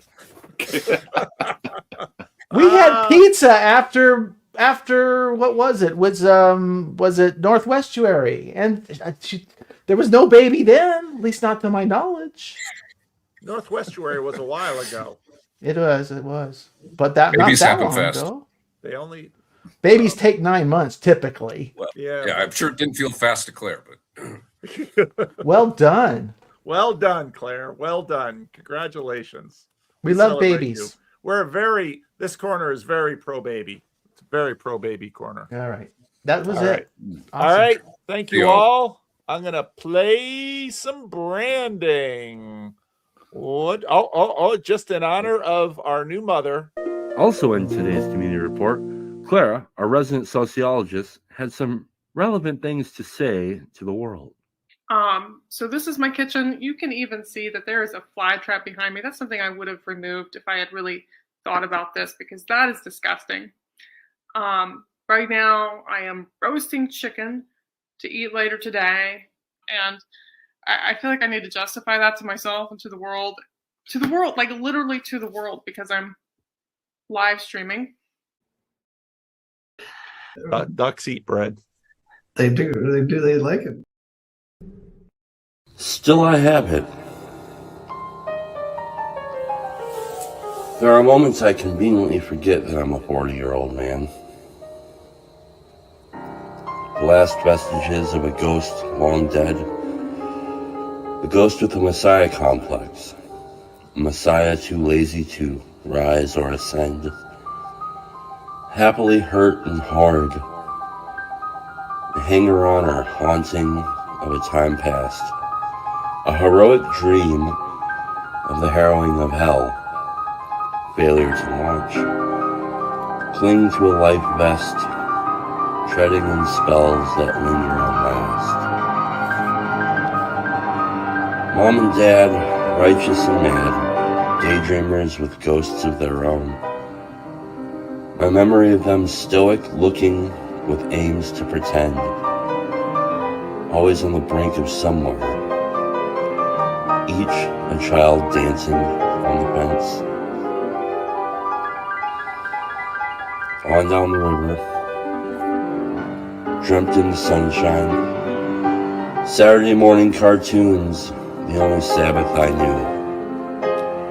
A disciple of Jim Henson and John Hughes. Worship in cathedrals where the Toys R Us. Baptized in ball pits. A clown served the sacrament we eat. More Pepsi and Pizza Hut. Say please. Say cheese.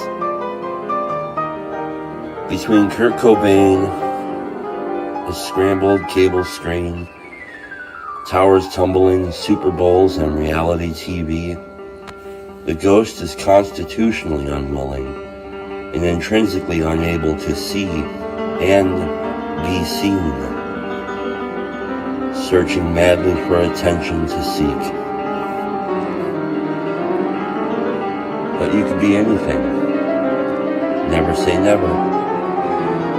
If you've got nothing nice to say, don't say nothing, ever. Don't talk to strangers, see what I say, just do it.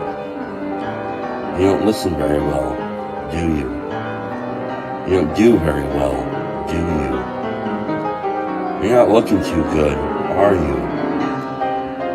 Keep up.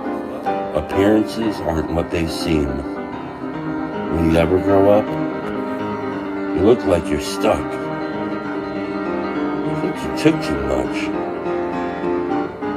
Echoes the ghost within the host, who prays the dead bury their dead and stay buried in a fading dream.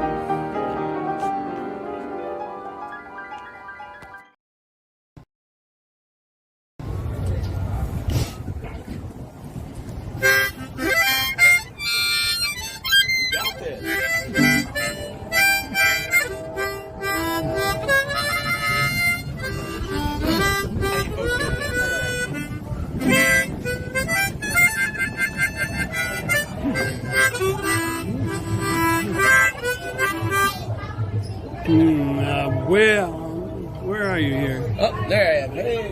Where are you? Where? Got me? Oh boy.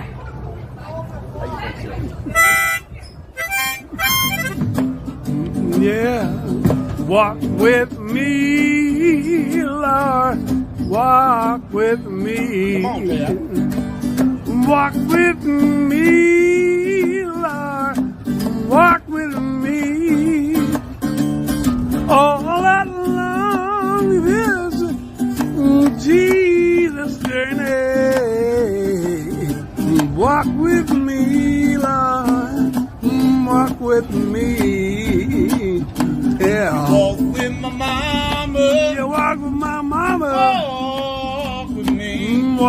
with me too. You walk with my mama. Yeah. Walk with me. And walk with me too.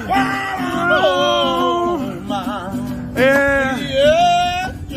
Jesus journey. I want Jesus. Want Jesus. Walk with me. Walk with me. Hold my hand, Lord. Hold my hand. Hold my hand, Lord. Hold my hand. All along this Jesus journey.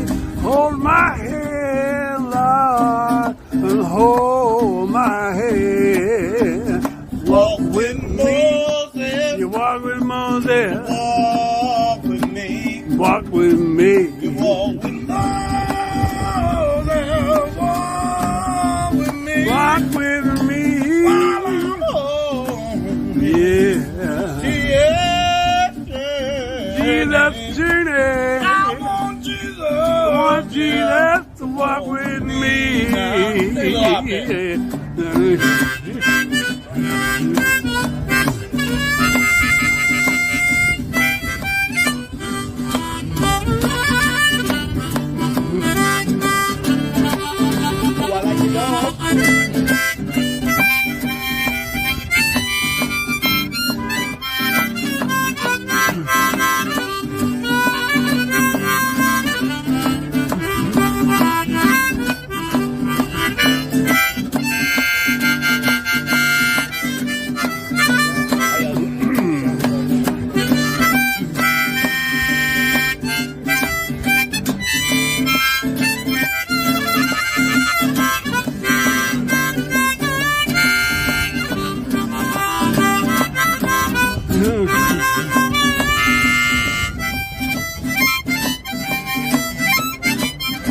Say, walk with me, Lord.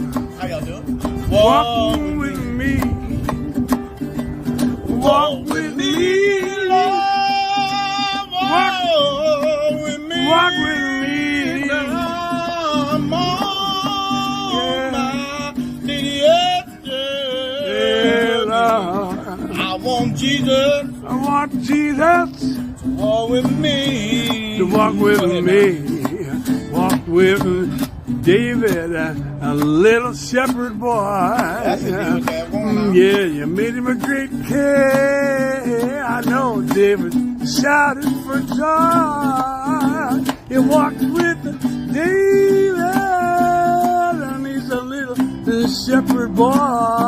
You made him a great king. And David shouted for joy. That's right. Oh, yeah. So walk with me, Lord. Walk with me.